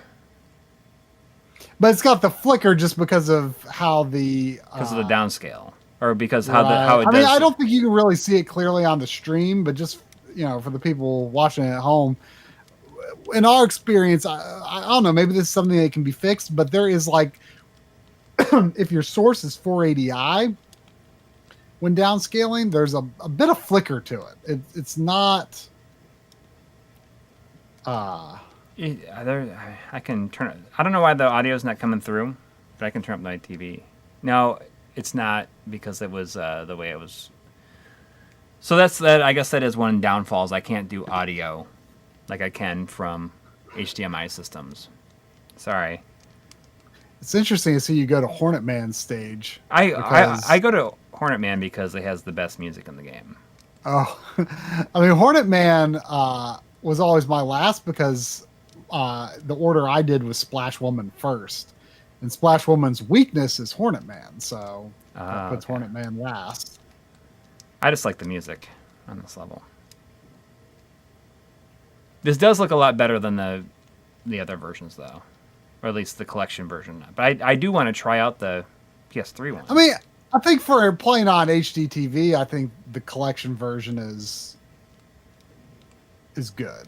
Oh yeah, Although- it's definitely well done, you know, but it's just downscale. It's not correct. I mean, really, a more one of the more Should I interesting. try thing- the? I'll try the PS3 PS3 version. version? Yeah, and we'll Why get not? audio back then too. You know, Mike was saying, I think it was during the stream last week. He was saying like at one point he had implemented a like 240p correction mode where it would scale 480i as if it were 240p, you know, for those like PS2 collections and whatnot that are 480i when they should have been 240p. But he said it didn't work very well, at least with the collections he was testing. But I wonder if he could do something like that eventually. Like, you know, it would also possibly very much correct Mega Man 9. But even still, like, I bet playing Mega Man 9 just regularly through the Retro Tank probably looks somewhat... Well, it'd probably still be pretty blurry on the Wii. I don't think that the de-interlacing would really... It wouldn't make it not look blurry, I guess. Is there no audio again? Okay, you just can't hear it. Oh, but Retro Couple, what I was going to say earlier, though, about, you know, the aspect ratio thing about squishing. See, the thing is, you look at the circles in this PlayStation 3 menu here, and honestly, they look like circles in Genesis games. Like, circles, a lot of times, something that would be circle in a... Well, I really hear that. Something that would be a circle in... That's really loud. Is that I turned it that down. loud on the stream? It shouldn't be. I don't know why Anyway, it's not going to the stream. I don't know why it's not working right now.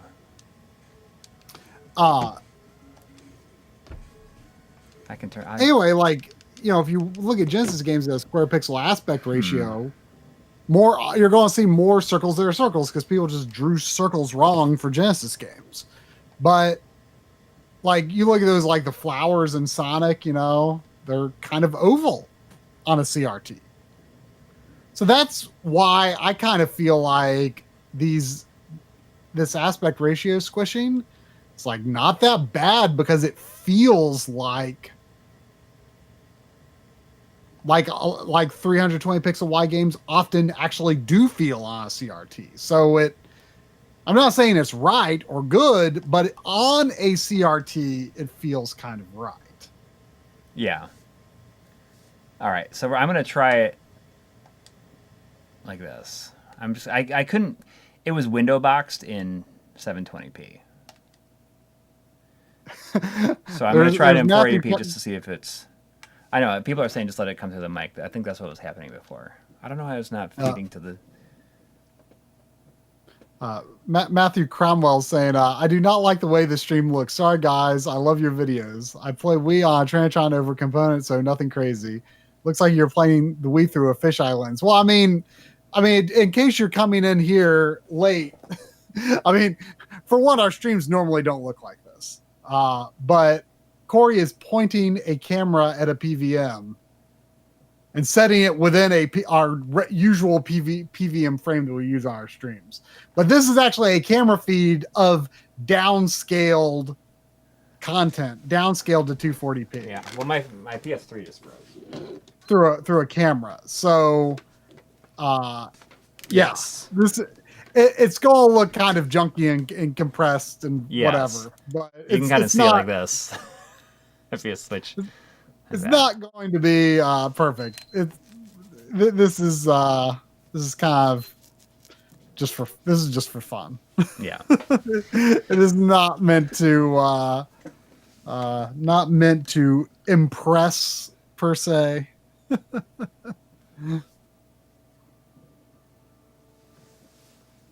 It's just fun and dumb. Just how I like Fun it. and dumb. Yeah, I do like stuff that is both fun and dumb. Yeah. All right. I like fun and dumb things quite a lot, actually.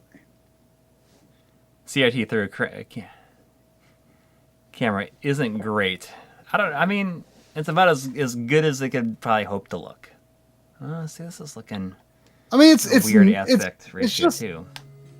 there's a No, it's like it's uneven. You can see it.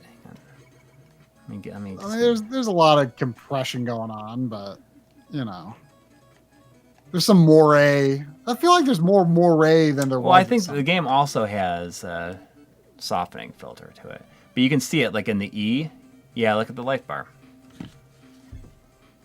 Oh, is it uneven? Oh, it's more uneven than the collection even. Interesting. I mean, look at that life bar.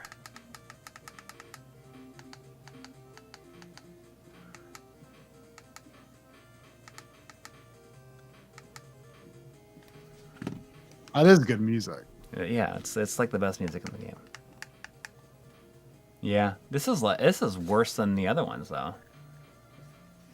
So Wii is the best version to downscale. Having like the little bit of a shimmer to it. It's the most accurate, but it still does not have the. Yeah. I'd almost take the collection because you can get it within like one scan line. You know, maybe I'm just really oblivious, but last I heard there was still no like Swiss-like tool for the Wii that you could force like resolutions in games, which seems crazy to me. Right. Like I kind of can't believe the GameCube has had that forever and the Wii doesn't. Like what's people probably just don't think it's like worth it. Well, it's totally worth it. To 10 to 15 of us probably. Got RE8 PS5. Yes, Coury has barely started it. I've not started it because I don't want you guys to have to wait so long to get the RetroTink 5X video. I'm doing it because I love y'all. What were some of the other ones? It's hard for me to put off a Resident Evil game, but I'm staying away from the internet. Oh, Equip donated $2. I don't want to see what anyone's saying about it. Voting for Blazing Chrome. All right. I think this is Michael McManaman wanted Monster Boy, so I'll shut this down, and then I'll turn on the Switch, and I can do Blazing Chrome because now that you can play in 720p. You can downscale 720p. That fixes the issue with Blazing Chrome. Oh, so you've already tried that? Yep. I mentioned that in this portion of the script that I added.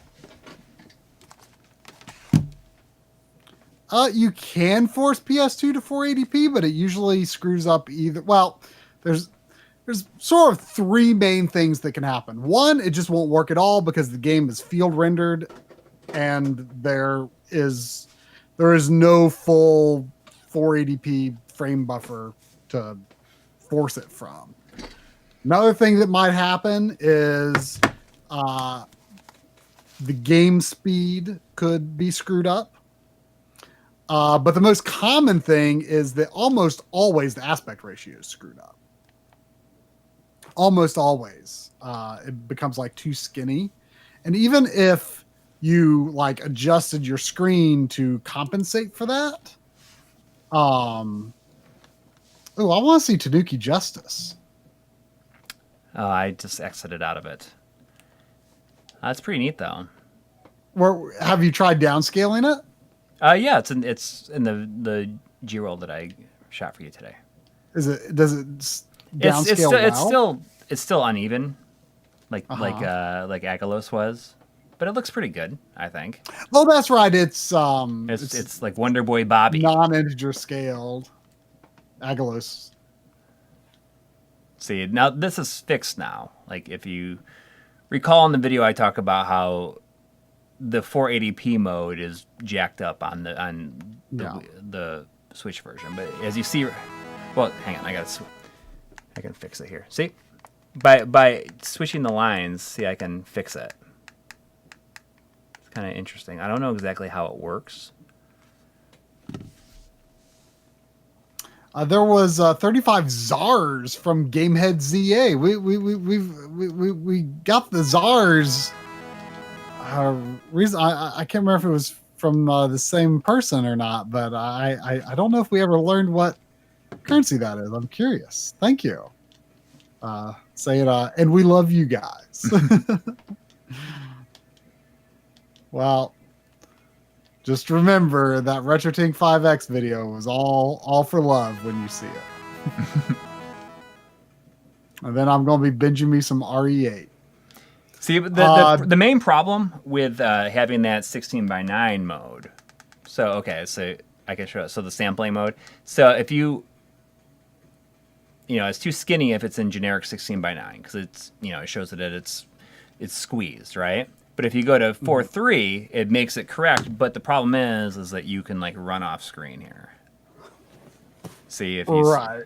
I mean that's just now if you it's all a compromise because I mean the game is designed for this aspect. It's like there's no perfect way to do it with anything unless it was. Well, I mean you could have it 16:9 and then have the PVM squish it back down to be the correct aspect ratio, but then it doesn't feel like a CRT anymore. Right. Now, right, but PVMs, what I'm you have saying the is like you still like big lose, blue like you can run off the side. Like you'll see me run off the side of the screen, or if you see like my score and my weapons and stuff. Let me get rid of the sampling stuff quickly. Forgot that I didn't realize that was there. I don't know if the triple buffer or the it seems to switch between frame lock and triple buffer, but I don't really know if it does like anything.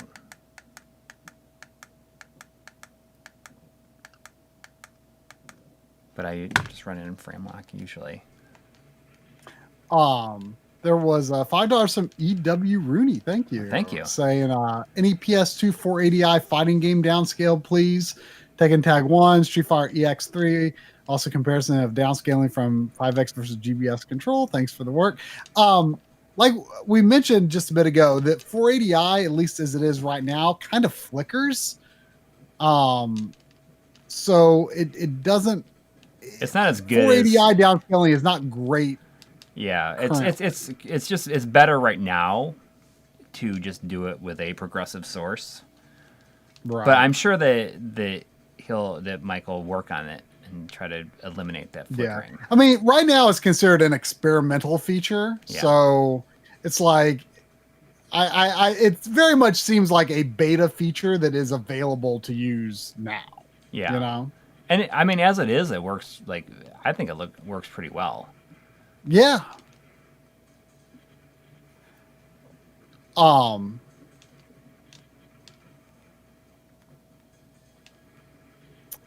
There was $5 from Matthew Cromwell. Thank you, saying keep up the good work. I look forward to your streams every Sunday. Well, thanks.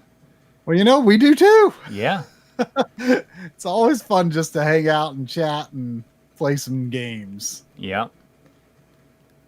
It is. I mean, it's never something that I'm just like, ugh. Stream time on Sunday. Right. It's just like, let's play some games. It's a good way it's a good way to end the weekend, I think. It is. It just flickers less than 480i, yes. I think that I'm sure it will be fixed. Yeah, it flickers less. It's just it feels like something is sampled weirdly. I don't know how to describe it. Like it almost feels like it's sampling like somewhere that from some point that it shouldn't. I mean, something that I didn't try because I didn't know about the up and down. Did you try 480i and then Yes, using the it remote to go up actually and makes down? it worse. Oh, okay. Yeah. But yes, I did try that. I bet it can be fixed. Oh, I'm sure. I mean, it works with the GBS. Yeah.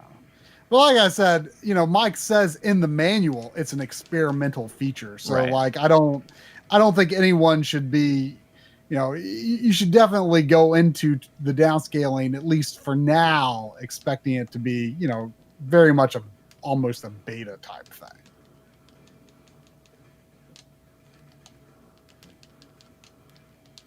I'll do Monster Boy after this.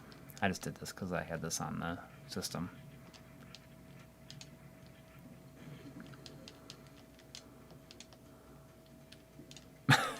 Henry Clark says, "I just had an epiphany in the shower." That's where all my epiphanies happen, in the shower.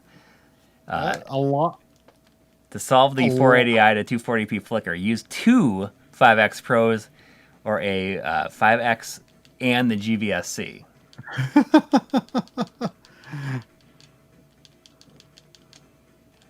Yeah. I mean, There you go. it sounds like a lot of work. I'm not going to do it right now, though.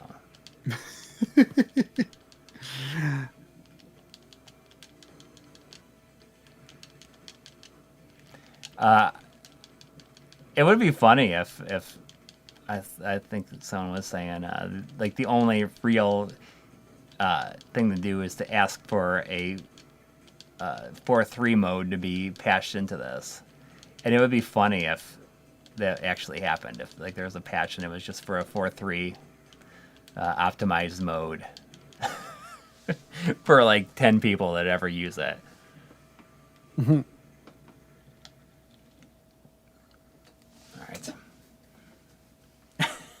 Is the game camera being fed through NDI? No, actually, it is using a really long HDMI cable with. I think that there's definitely at least one signal repeater in there because it has to go like 35 feet or something like that.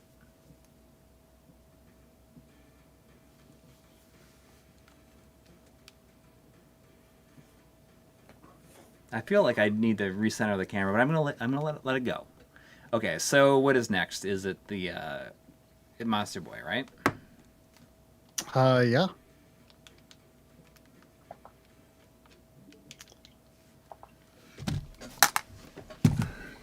Speaking of,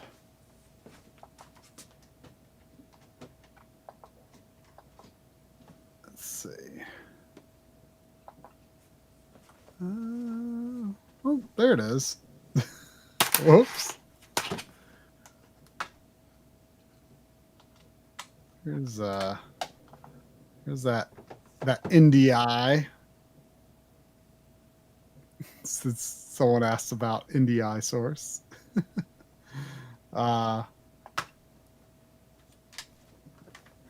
You'll see a little bit of this angle in the Retrode 5X video. This is the monitor that I got for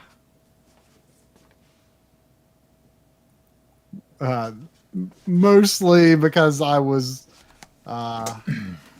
really, really curious to see native 1440p on the Retrode. So Oh, now you're doing the NDI stuff. this room is a big mess right now. Big mess right now. I feel like after we had a very concentrated stream last week, now we're just like devolved into just like, hey, we're gonna just don't show any Stone Temple pilots on the NDI. Yeah, when I showed a picture of this clock on Discord, people were like, "Oh, I've got that clock." I mean, I'm sure I've had that since I was like, I don't know, Oh, my controls are all messed 8 up. years old. Hang on, I gotta fix the controls here because I You was got using the same Logitech keyboard. You know, oh, that was a super chat too. Thank you, Lucas. I got that one too. This keyboard kind of annoyed me for a long time because like it's different from my other wireless trackpad that I have downstairs, and it I don't know, something about like the height of like where the button was or something. It was like it was cramping my hand just because it's different from the other trackpad. But the keyboard's pretty nice aside from the weird arrow keys. But I mean, I don't use this for like heavy duty editing or anything. I really just use this this keyboard for, you know, working on this computer when I'm in this room. But the actual computer is in the other room. This is just a Jeez, so how do I get up there? Do duplicate monitor I feed. thought I needed like the ice boots, but I don't have the ice boots. This drawer system may have seemed very clever at a time, but it's going to be getting the boot. I'll mention it in the tour video, but this is the main thing I'm going to redo. That I need to redo before doing the video, and you'll see why when I share why I'm going to go to a different set. I love the idea of having the systems in drawers and hooked up, and you know, keeping the dust off of them. I can keep the controllers plugged in without leaving a mess, and you just close the drawer and it's great. Except the cable management to actually make that function was extraordinarily difficult, and I've been concerned it will not hold up over time. So that's why I'm going to get a different unit for the long term. It was a really ambitious idea, and it kind of works, but I'm worried that motion, even though I've got the cables managed very, very well back there, I'm worried that the motion over time is going to sort of wear down the cables a bit, especially where the SCART heads connect. The cable connects to the SCART head. I'm just kind of worried that over time that motion is just going to be a little bad, even though it's managed well. But I'm going to go with something where I can still keep the dust off the systems, but don't have to worry about it.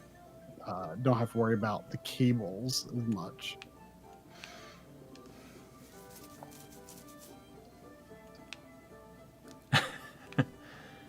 Someone was saying this game doesn't look so good downscaled. No, I mean, that was a conclusion you came to in the video. This was kind of a surprise that it didn't look good.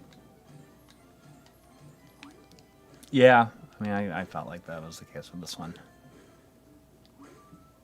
I mean, it doesn't look horrible. It's just...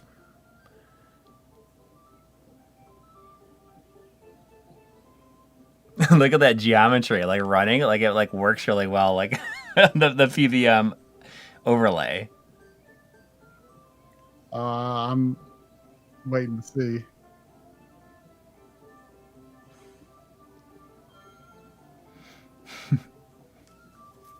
I mean, you can definitely see the curvature. Yeah.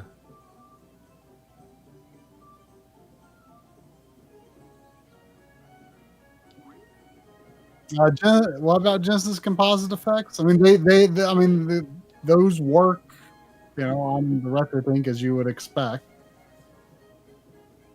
Yeah, that curve in the geometry, like it, I feel like I'm really looking off of the CRT. Yeah, right?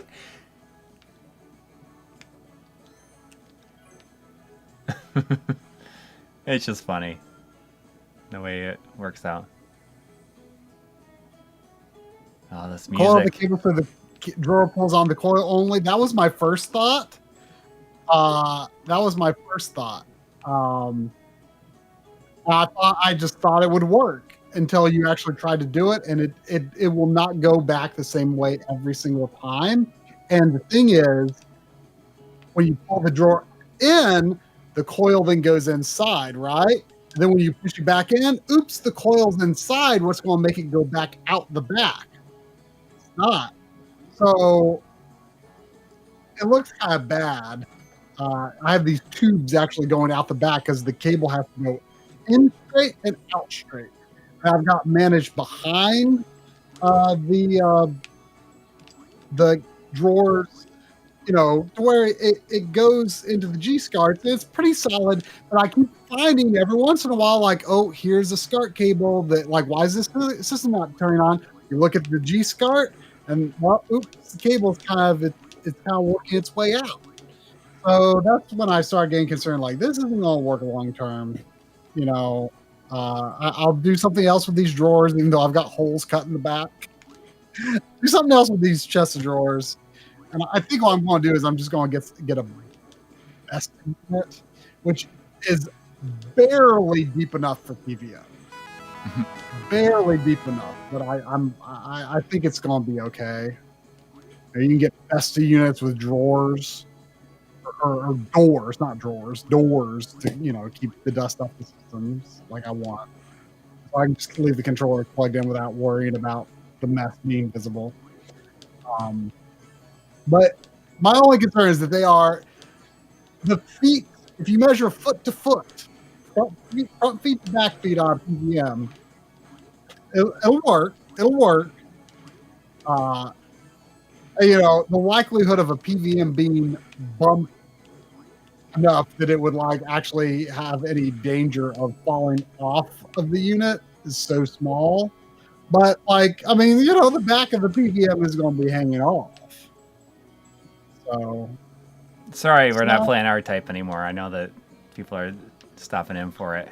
Oh, people always have to make jokes when we move past the marquee game. Yeah. There was $5 from Jake Scott. Thank you, saying either of you all have interest in getting an arcade cabinet someday. Oh yeah, I mean that's like the last piece of my basement that I need. You've already kind of set aside the space for it. Yeah. I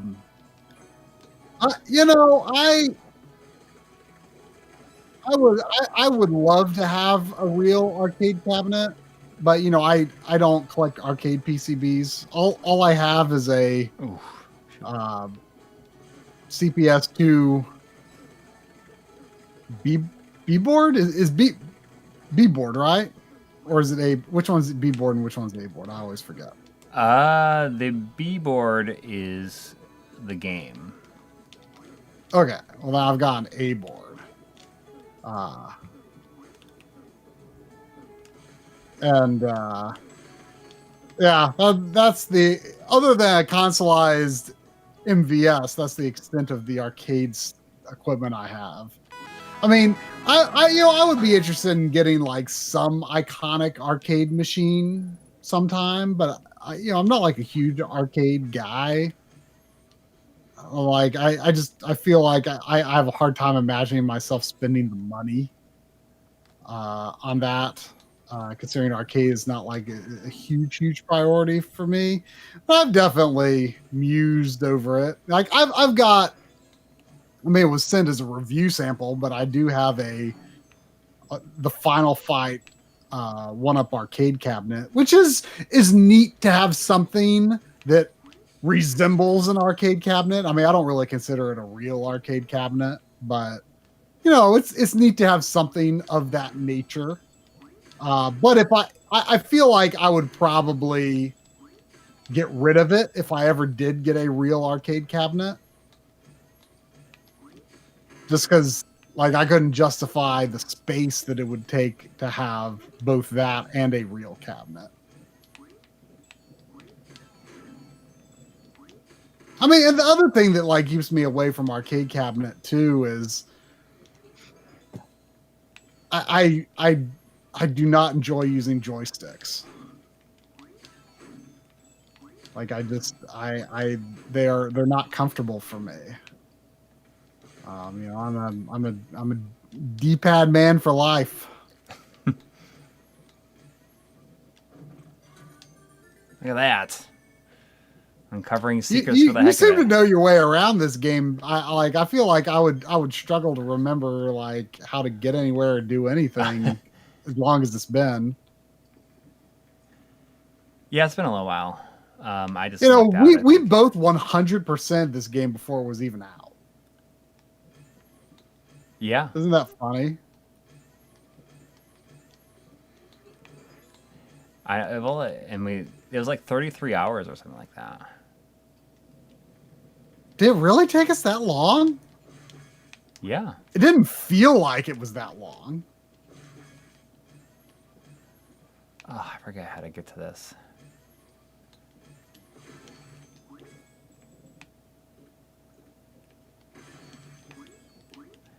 I don't know.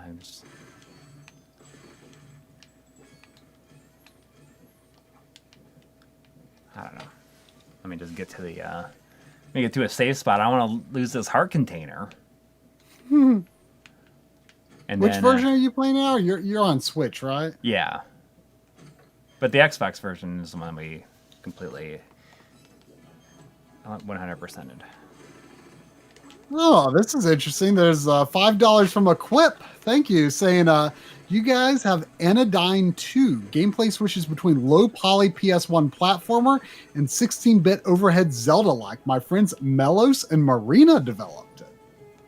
That's very cool. Anodyne 2, I think that Nitro Red did a video, at least on the first one, right? It was like, I think he really liked those. Up right games. now, it looks like it's on Steam.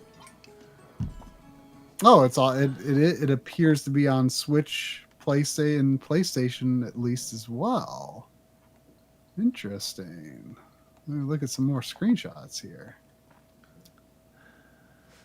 All right, so it's like Game Boy Color like overhead style. well, let's see this. Now we can, since I can stretch this to the correct aspect. Let's see how the Super Nintendo stuff looks.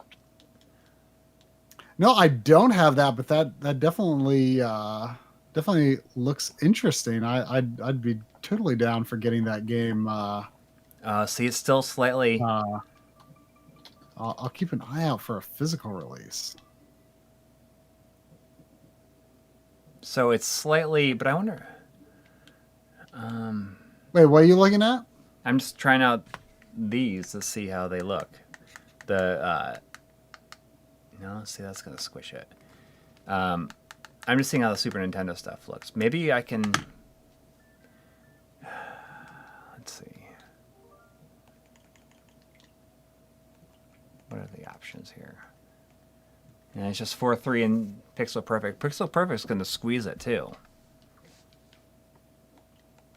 So it's just, I guess it's not completely possible.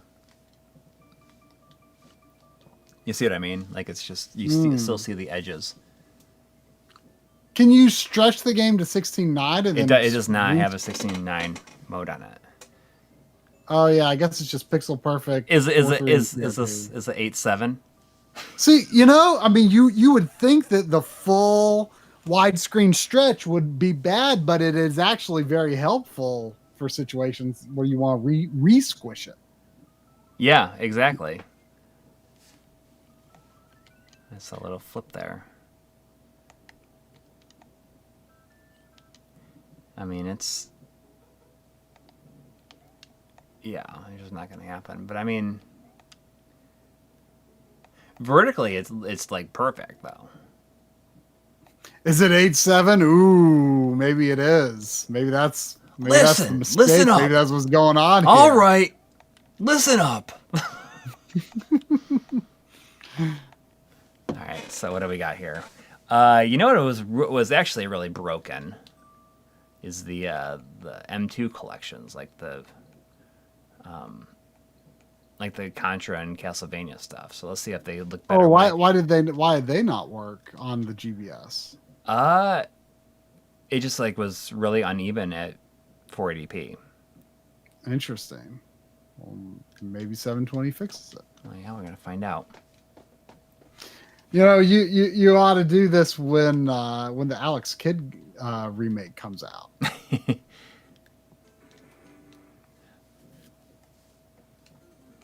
Let's see.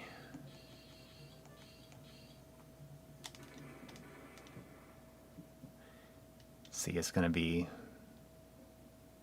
uneven there. I mean, you see it in the horizontal scroll. I mean, do they do a vertical scale, a non-integer vertical scale? It's in these like it just games? does nothing. I couldn't get it to be right at all before.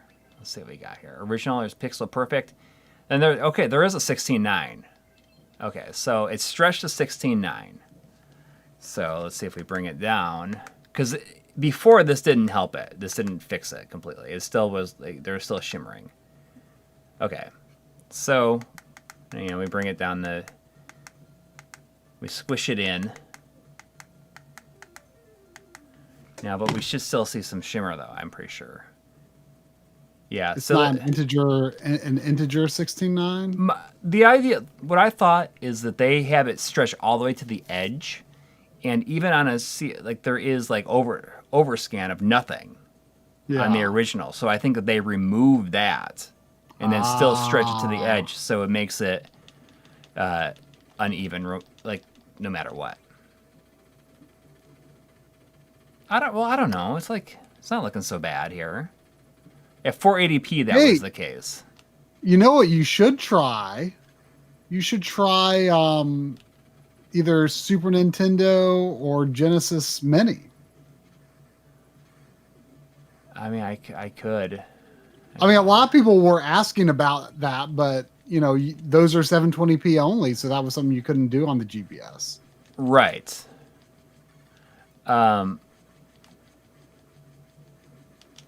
GameSack is saying turn on the LPF. I don't think it'll make a difference, will it? For this? Can you even access it while you're downscaling? Yeah, I mean, it has everything, just about. I don't think it would make a visible difference on a CRT. I can't even tell.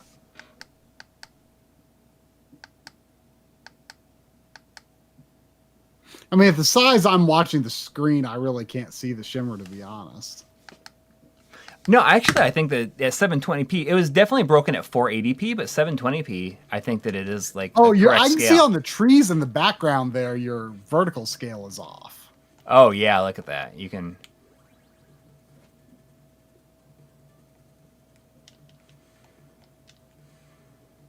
I mean, everything's off back there. I mean, just...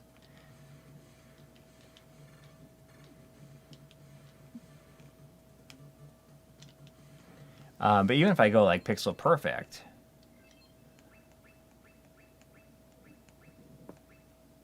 I've kind of decided to always leave the LPF on the RetroTink because wrong button. There are times where like even on like my modded SNES Junior, like you can sort of see a little bit of jail bars if you don't have the LPF on. So I don't think that the sharpness difference is at all noticeable.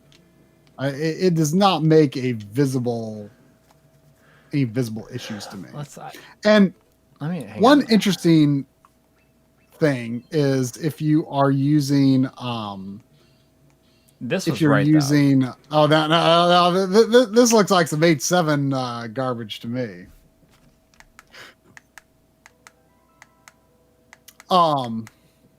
So this was right though. Before Contra Hardcore looked good before, and it looks pretty good here too. Well, but they probably did a square pixel scale for Contra Hardcore, I bet.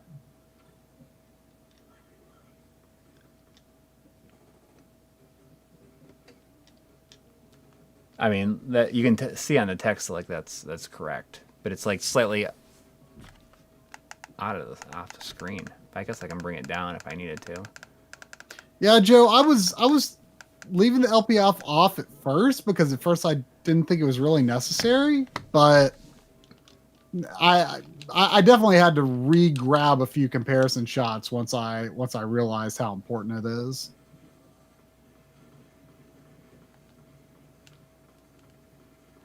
I'm looking at the wrong screen. Delay.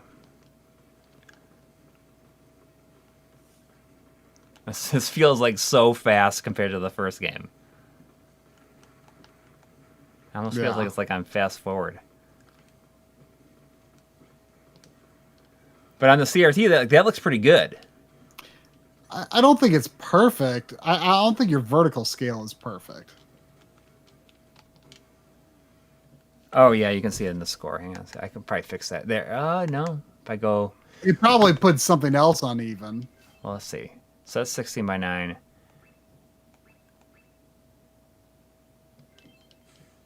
Let's see, but this.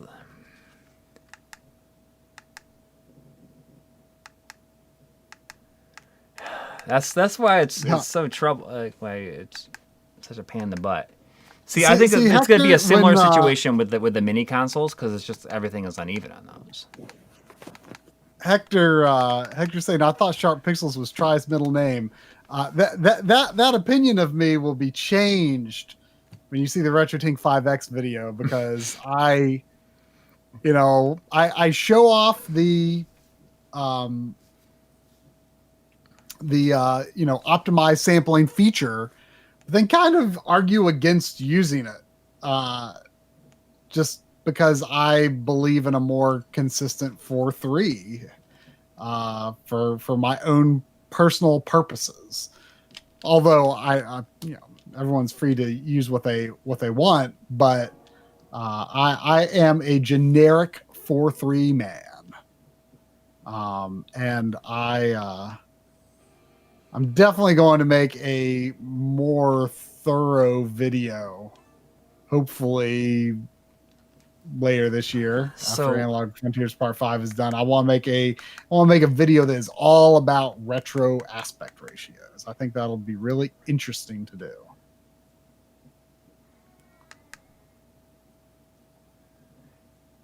See, this is uneven too. I love a perfectly sharp vertical scale. That's why I love how 1440p looks on this monitor here. But the horizontal scale does not have to be perfectly sharp. And is it on a CRT? No. So that kind of helps it still feel, that kind of keeps a little bit of the analog, just a hint of having that interpolated horizontal, keeps a hint of the analog character to it in a way. See, the full screen's not going to work, and then the widescreen goes down like this. So it's not always possible to using the game's options just the way it's displayed. It doesn't always work out, such as this. There's only so much you can do. I feel like virtual racing should work fine. Yeah, that one probably does look good. I think Bob really likes how that one looks too. Like he's used it a bunch. What are our thoughts on Shredder's Revenge? When's it supposed to be out? I haven't really been following it. Forward to it. I have no idea when it comes out.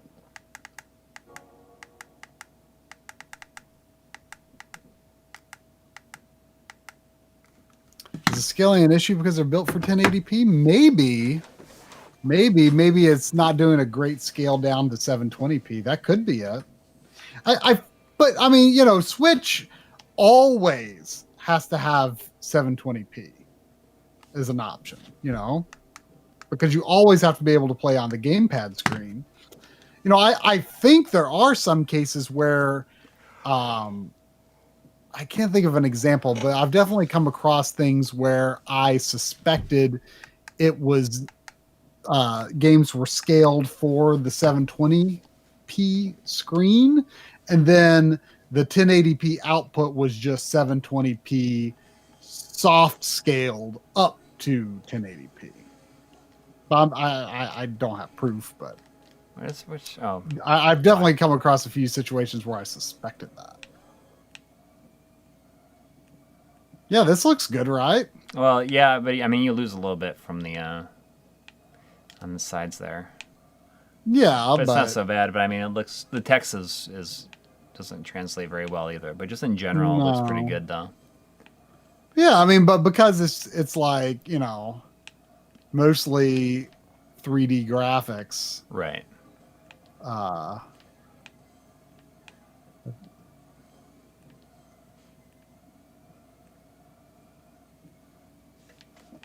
was this game 240p or 480i in the arcade? I've never played the arcade version, so I couldn't say anything about that. I'm guessing it's probably 480i. Well, no, I probably not. It was probably I mean, was 240p. 480i common in arcade at all? Well, I know. Well, in my mind, I remember Virtua Fighter being 480i, but I don't think that that's true. I don't think it was 480i until the second one. But maybe it was. I don't remember. I don't know. I don't remember. I've never played this game in the arcade, so I don't know. Oh, Kevin Hine just pledged $1 on Patreon. No, well, Not sure if you're watching the stream, but thank you. I hope that they release a compilation of all these games. Oh, they got to. I want to say they didn't sell too well though, did they? I don't think they did, but still, I think a lot of people would buy them if they're all compiled onto a single cartridge. Daryl Giors says this was 480i, and it was 480i in the arcade. Oh, okay.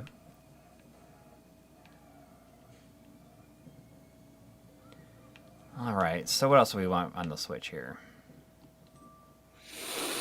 Oh, how about that? How about should we try the Kunio? See if that is right? Because yeah. Oh, the scaling on that is some of the best I've ever seen in a retro compilation, actually. For the HD TV. I had to buy this last week. It was only $10 for this whole collection. Oh, you got the digital version? Yeah, I mean, I'll buy it eventually. But I mean, for $10, I mean, I was really impressed with the scaling options of it. It's got some pretty robust scaling options in it. You can display at 4:3 with interpolation.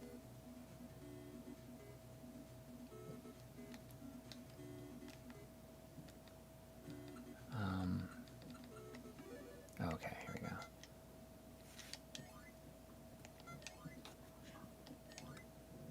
Four three mode, 4:3 zoom, full screen. Is that gonna line up if I move it? No, it's not gonna line up perfectly at full screen. Standard mode zoom, 4:3 mode. I mean, that looks correct. You can But then that one is not. So the 4:3 mode is correct.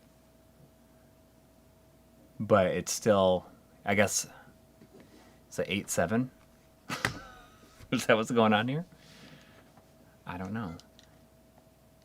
I mean, it's possible that what the RetroTink is outputting to the CRT is not square pixel aspect. So that could be why it's stretched or squished in.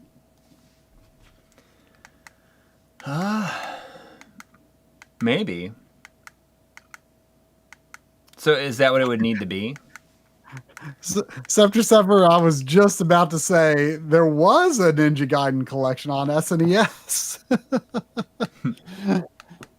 But you know, the modern Ninja Gaiden games have that remaster coming out very, very soon.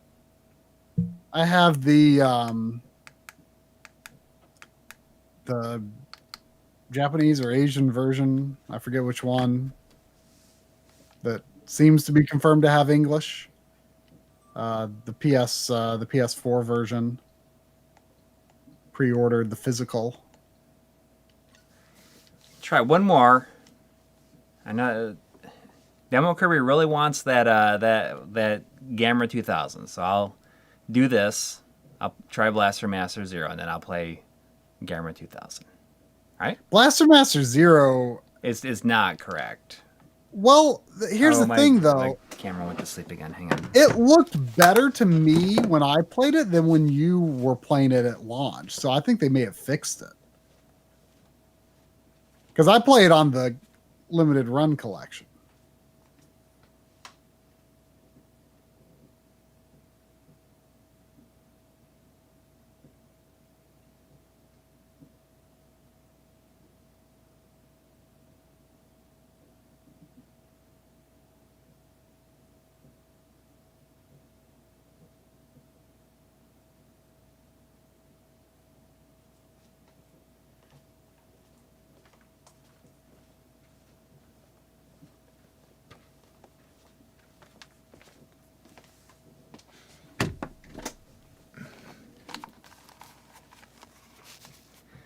All right.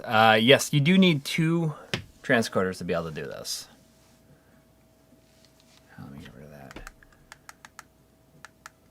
Yeah, I know that apparently, there are changes from the original Xbox releases, but the only one of those games I've even played anyway is the PS3 version of Sigma 1.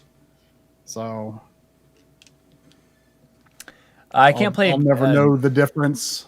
Can't play VVVVV because I have it on the 3DS, I think.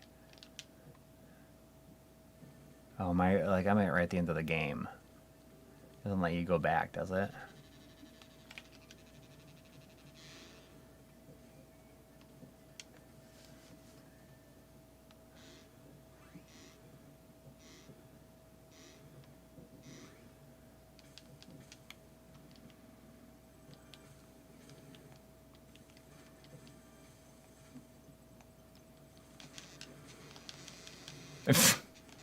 Huge explosions.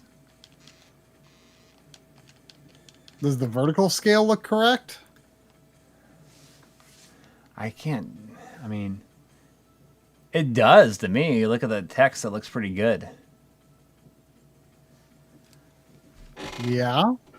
I'm looking at the feed. This is in-game spoilers. I know. Don't think too deeply about what you're watching. People who have not played this but want to play it still. I can't go anywhere else though. I can't. I gotta restart it to. The menu looks good. The text in the menu looks great. People asking about what model of. I actually have. Oops.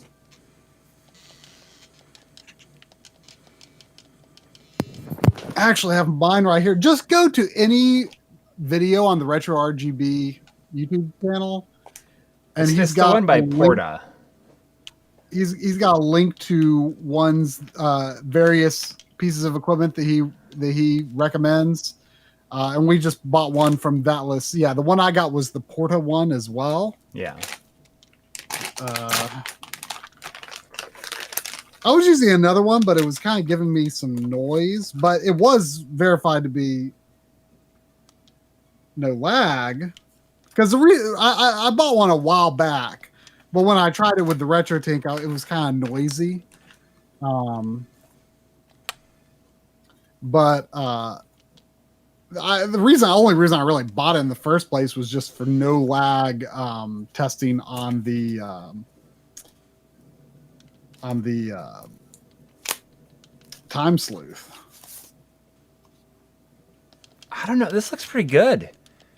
At 720p, the Switch at 720p, maybe it's like integer scaled at 720p. Yeah, they would be because look at there. When I was talking about that, I think this might have been the game that I was thinking of when I said, I think some games might be 720p and then soft scaled from that to 1080p. It's got to be because there is it's pillar box on the sides too. Here. Yeah. I believe they patched the game after it launched, because when I played the game just a few months ago, I thought looked really good. And I remember when you played it at launch, there was a lot of shimmer. Yeah. But yeah, it is a transcoder, all right. Nothing crazy about it. I have no idea if I'm holding this up to the camera correctly. That actually looks really good on the PVM, doesn't it? Is this the best looking game you've ever tested? I don't know. Yeah. I don't know, but I mean, it does look pretty good though, doesn't it? It does, yeah. Downscaled Tetris effect, like they're really super small. Oh gosh, I feel like it'd be kind of a disaster. Yeah. Although, I mean, that game does scale down to PSVR, which is not exactly the highest res thing in the world. So Yeah. I didn't try Mystic Bell. There's so many things that I haven't tried. I don't think Mystic Bell would work too well. It rhymes. Actually, the PS4 Pro version of Mystic Bell is 4K. Oh, really? Yeah, I was surprised. It's non-integer, but with no interpolation. But like you can't. There's one. The Porta is out of stock, but there's another one that's the exact same thing. Just make sure that it says converter, and make sure it doesn't say anything about scaling. Because I ordered And one. make sure it's HDMI to component and not Yes. the other way around. Yeah. Because I believe Bob lists some of the other way around as well. But yeah, Mystic Bell, it's non-integer scaled at 4K, but like it's so many pixels that it's really hard to actually see the shimmer. Yeah. So many pixels. So many It's pixels. got so many pixels. It's like the equivalent of so many graphics. Yeah, this does look fantastic, doesn't it? I didn't try the Messenger. I will do that, and then I'll play Gamera 2000 for. I mean, I don't know. Maybe I should just make Gamera 2000 just like like a. A whole stream. Yeah. I think you should. Okay, let's do that. Sorry, I didn't mean to start this again. No, let's do the messenger and then hang it up because I want to. Yeah. I need to record one last thing. I want to record one last. Although I do kind of want to see what Grandia HD collection looks like. Okay, we can do that. Where I guess the Messenger. Let me find.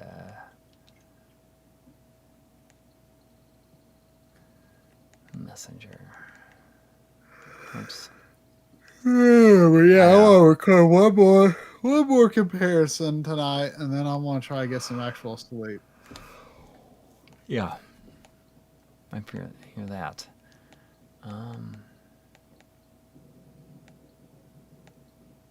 There it is.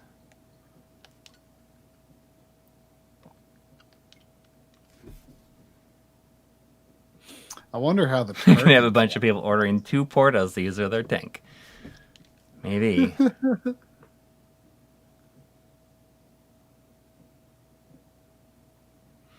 I mean, this kind of has turned into a downscale stream. Yes. It's been like half the stream at this point, probably. Yeah. The Porta won't treat 240p as 480i. You just want like. I found that the Porta, like most of them, like refer to it as a converter. You just Right. want it to convert the signal. You do No- not want no to scaling. You don't want to change the resolution. Like what you're looking for is not a scaler. This is looking uneven. Is the game? Have you the game played this? scaled on the TV anyway? I don't remember.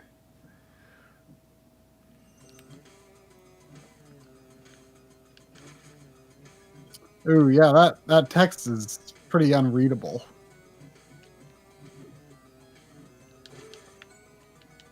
Have you played this? I haven't, but it's been in my Switch case for a long time. Like, among other games that I like have a feeling that like the urge to play it could strike at any time.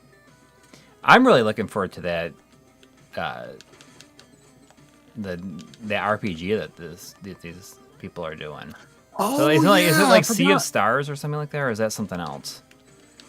Ah, that might have been the title. That's right. It did look really interesting. And it's like related to this. It takes place in the same like universe. That's crazy. So does this game? Yeah, okay, it does have actual scrolling. I mean, I've played a tiny bit of it.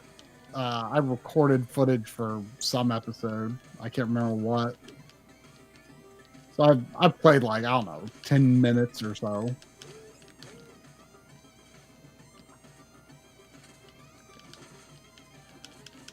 Next YouTube video title: Fun with downscaling. Well, I mean that was That's already happened. yeah, that was our the last video.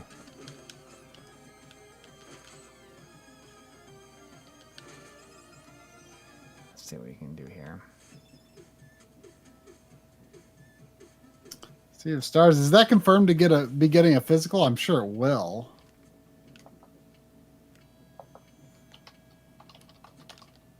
Yeah. Well, the 16-bit stuff doesn't look as good. It's slightly blurry. The camera's slightly blurry.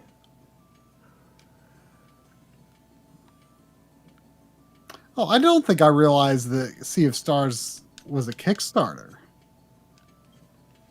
Yeah, I knew that it was a Kickstarter, but I didn't back it, so I didn't know. Don't know. too Oh, much about it.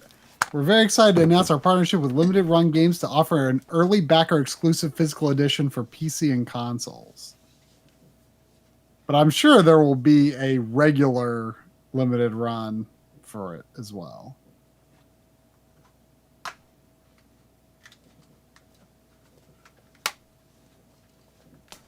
All right, last one. We're calling it a night. Sounds like a plan.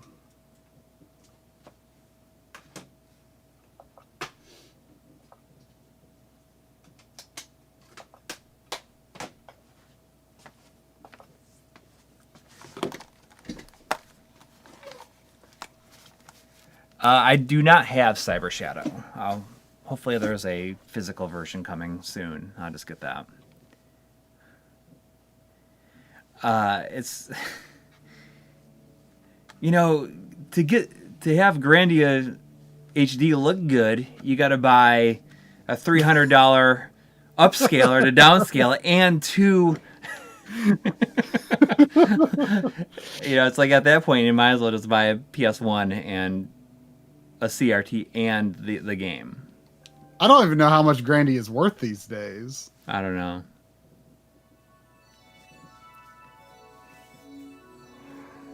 Oh, apparently Yasunori Mitsuda's going to do some of the music in Sea of Stars. I did know that. I heard that. Oh. All right. It's so weird what they do with the blurring of the outside of the FMV to make it 16:9. You can't see it here, but they just stretch it out. They just and blur it. They what? They like stretch it out and blur it. Well, I mean that's what everyone does except us. Yeah. Like I do not understand the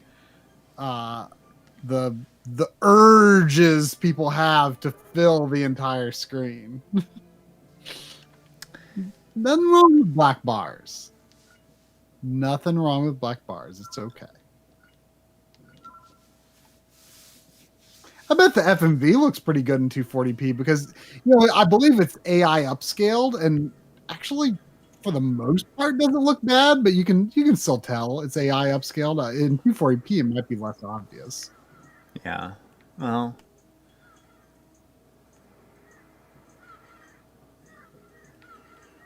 still looks like it's got poop smeared all over it.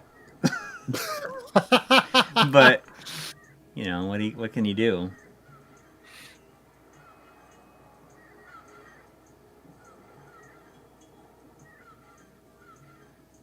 Yeah, when you zoom in, they're still blurry.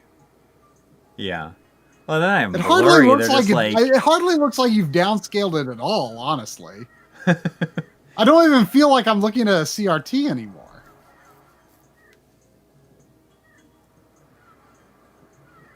There's $5 from Chris Fratt saying the only way to make Grandia HD look good is to buy the PC version and rip out.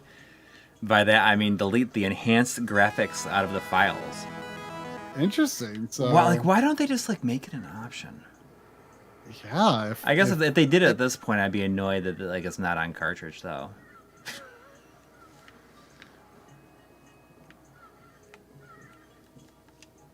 Let's try. Let's see.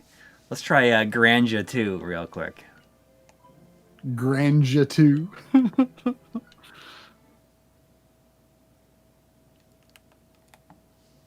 You want to see Xenogears? Xenogears is 240p anyways. There's no reason to downscale it.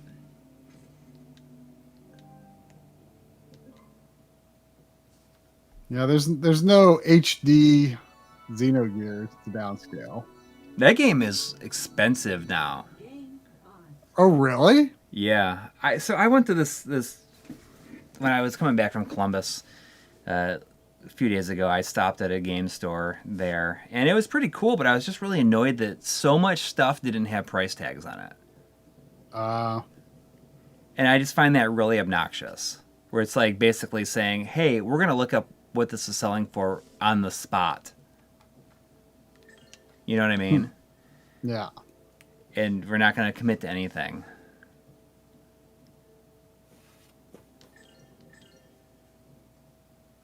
Yeah, you know, I remember when I got Xenogears, I want to say, I feel like I bought that like maybe directly from Squaresoft. Like it was like $35. Wait, I what got was? it online. I remember it wasn't much. I mean, you know, even today the Square Enix store like has some pretty good deals to be had. I mean, they still sell PS1 and PS2 games on the Square Enix store. And they do like holiday sales all the time. The PS1 games are they're weird silver bottom ones though.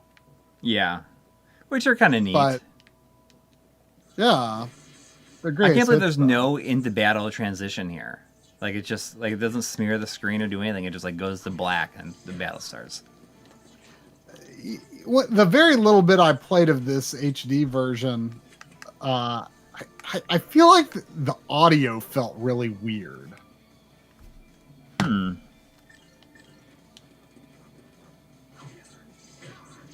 But I couldn't remember for sure if the Dreamcast version was like that too. But like it felt like there were some sort of harsh audio transitions, I guess.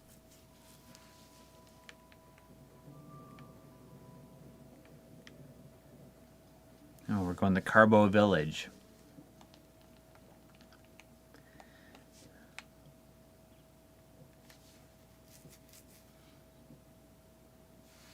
I don't remember anything about this game.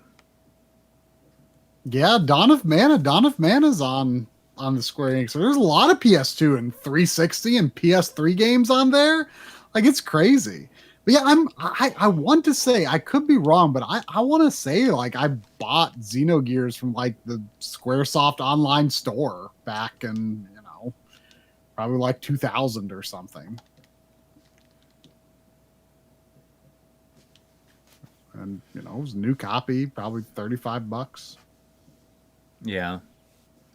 Yeah, I went to Half Price Books like 2 days ago, and I was surprised at how little they had.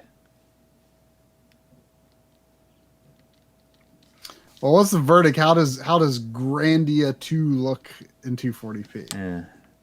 Sub Dreamcast. Yeah. But the character portraits in this game always looked kind of messy to me. even on Dreamcast, just like the menu and the portraits just kind of looked a little. Yeah. One of the some of the footage that I recorded for you for the episode is of Ease 8, and it looks pretty decent. Yeah. But the UI, like the life bar and everything, is like way out of the overscan, and it's small. There was $2 from Rears the Blood saying on the subject of tonight's stream, R-Type Final is $50. I know, that was one of the games that I saw at that store that I was just at, and it didn't have a price tag on it. Ugh.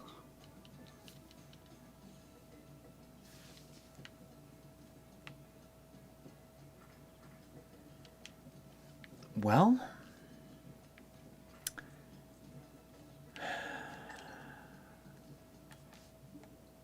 I mean, I could spend all day doing this, or all night rather. But I can confirm that the Devil Engine does not look any better. It looks uneven and gross, even at this. I don't know if I have anything else on the actual system that would be worth trying. Like Gunlord X. I haven't even played it. You streamed that, didn't you? I did. I got pretty far, but I never finished it. So I was looking at this. So, like this Valhalla on the Switch is like expensive too. I was surprised. At least my my scanning thing, my scanning app said it was expensive. Maybe it's not expensive anymore, but it was at one point. I'm waiting for you to scroll down to. Oh, I'm gonna try this as last thing. I'm just gonna try Volgar the Viking. I want to see what it looks like, because I feel like this is kind of made for this. I don't know if its pixels are really designed in that kind of way. Like,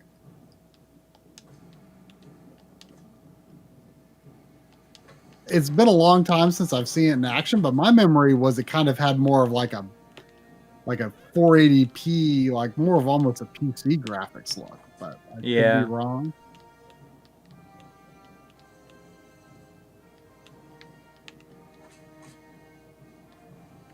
Oh, okay, here we go.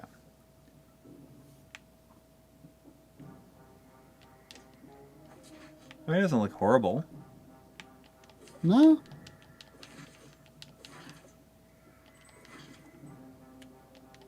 It's a pretty cool game. It's really tough. Yeah, I need to make a backlogger stream out of this sometime.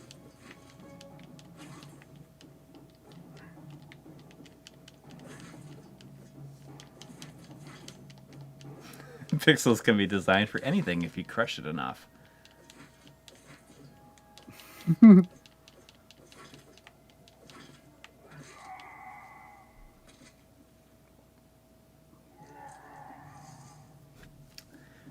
Well, I think that's going to do it for tonight. Sorry that we didn't stick around on R-Type for very long. But it was, you know, once you open up that can of downscaling, it's hard to stop. I guess so. Anyways, thanks to everybody who donated and hung out with us this week. It was a lot of fun. Yeah. And we'll be plugging away at that RetroTink video. Yep. And hopefully it'll be out sometime this week. I mean, hopefully it's done. I mean, I go out of town on Thursday, but I'm back on Saturday. So, okay. Yeah, everything that I in can, case of emergency. Yeah, but probably not. There probably won't be an emergency. I think by that point I will. What day? Wait, you're leaving Thursday? What time? 6:55 a.m. On Thursday. On Thursday, and I'm back at like 8 o'clock on Saturday.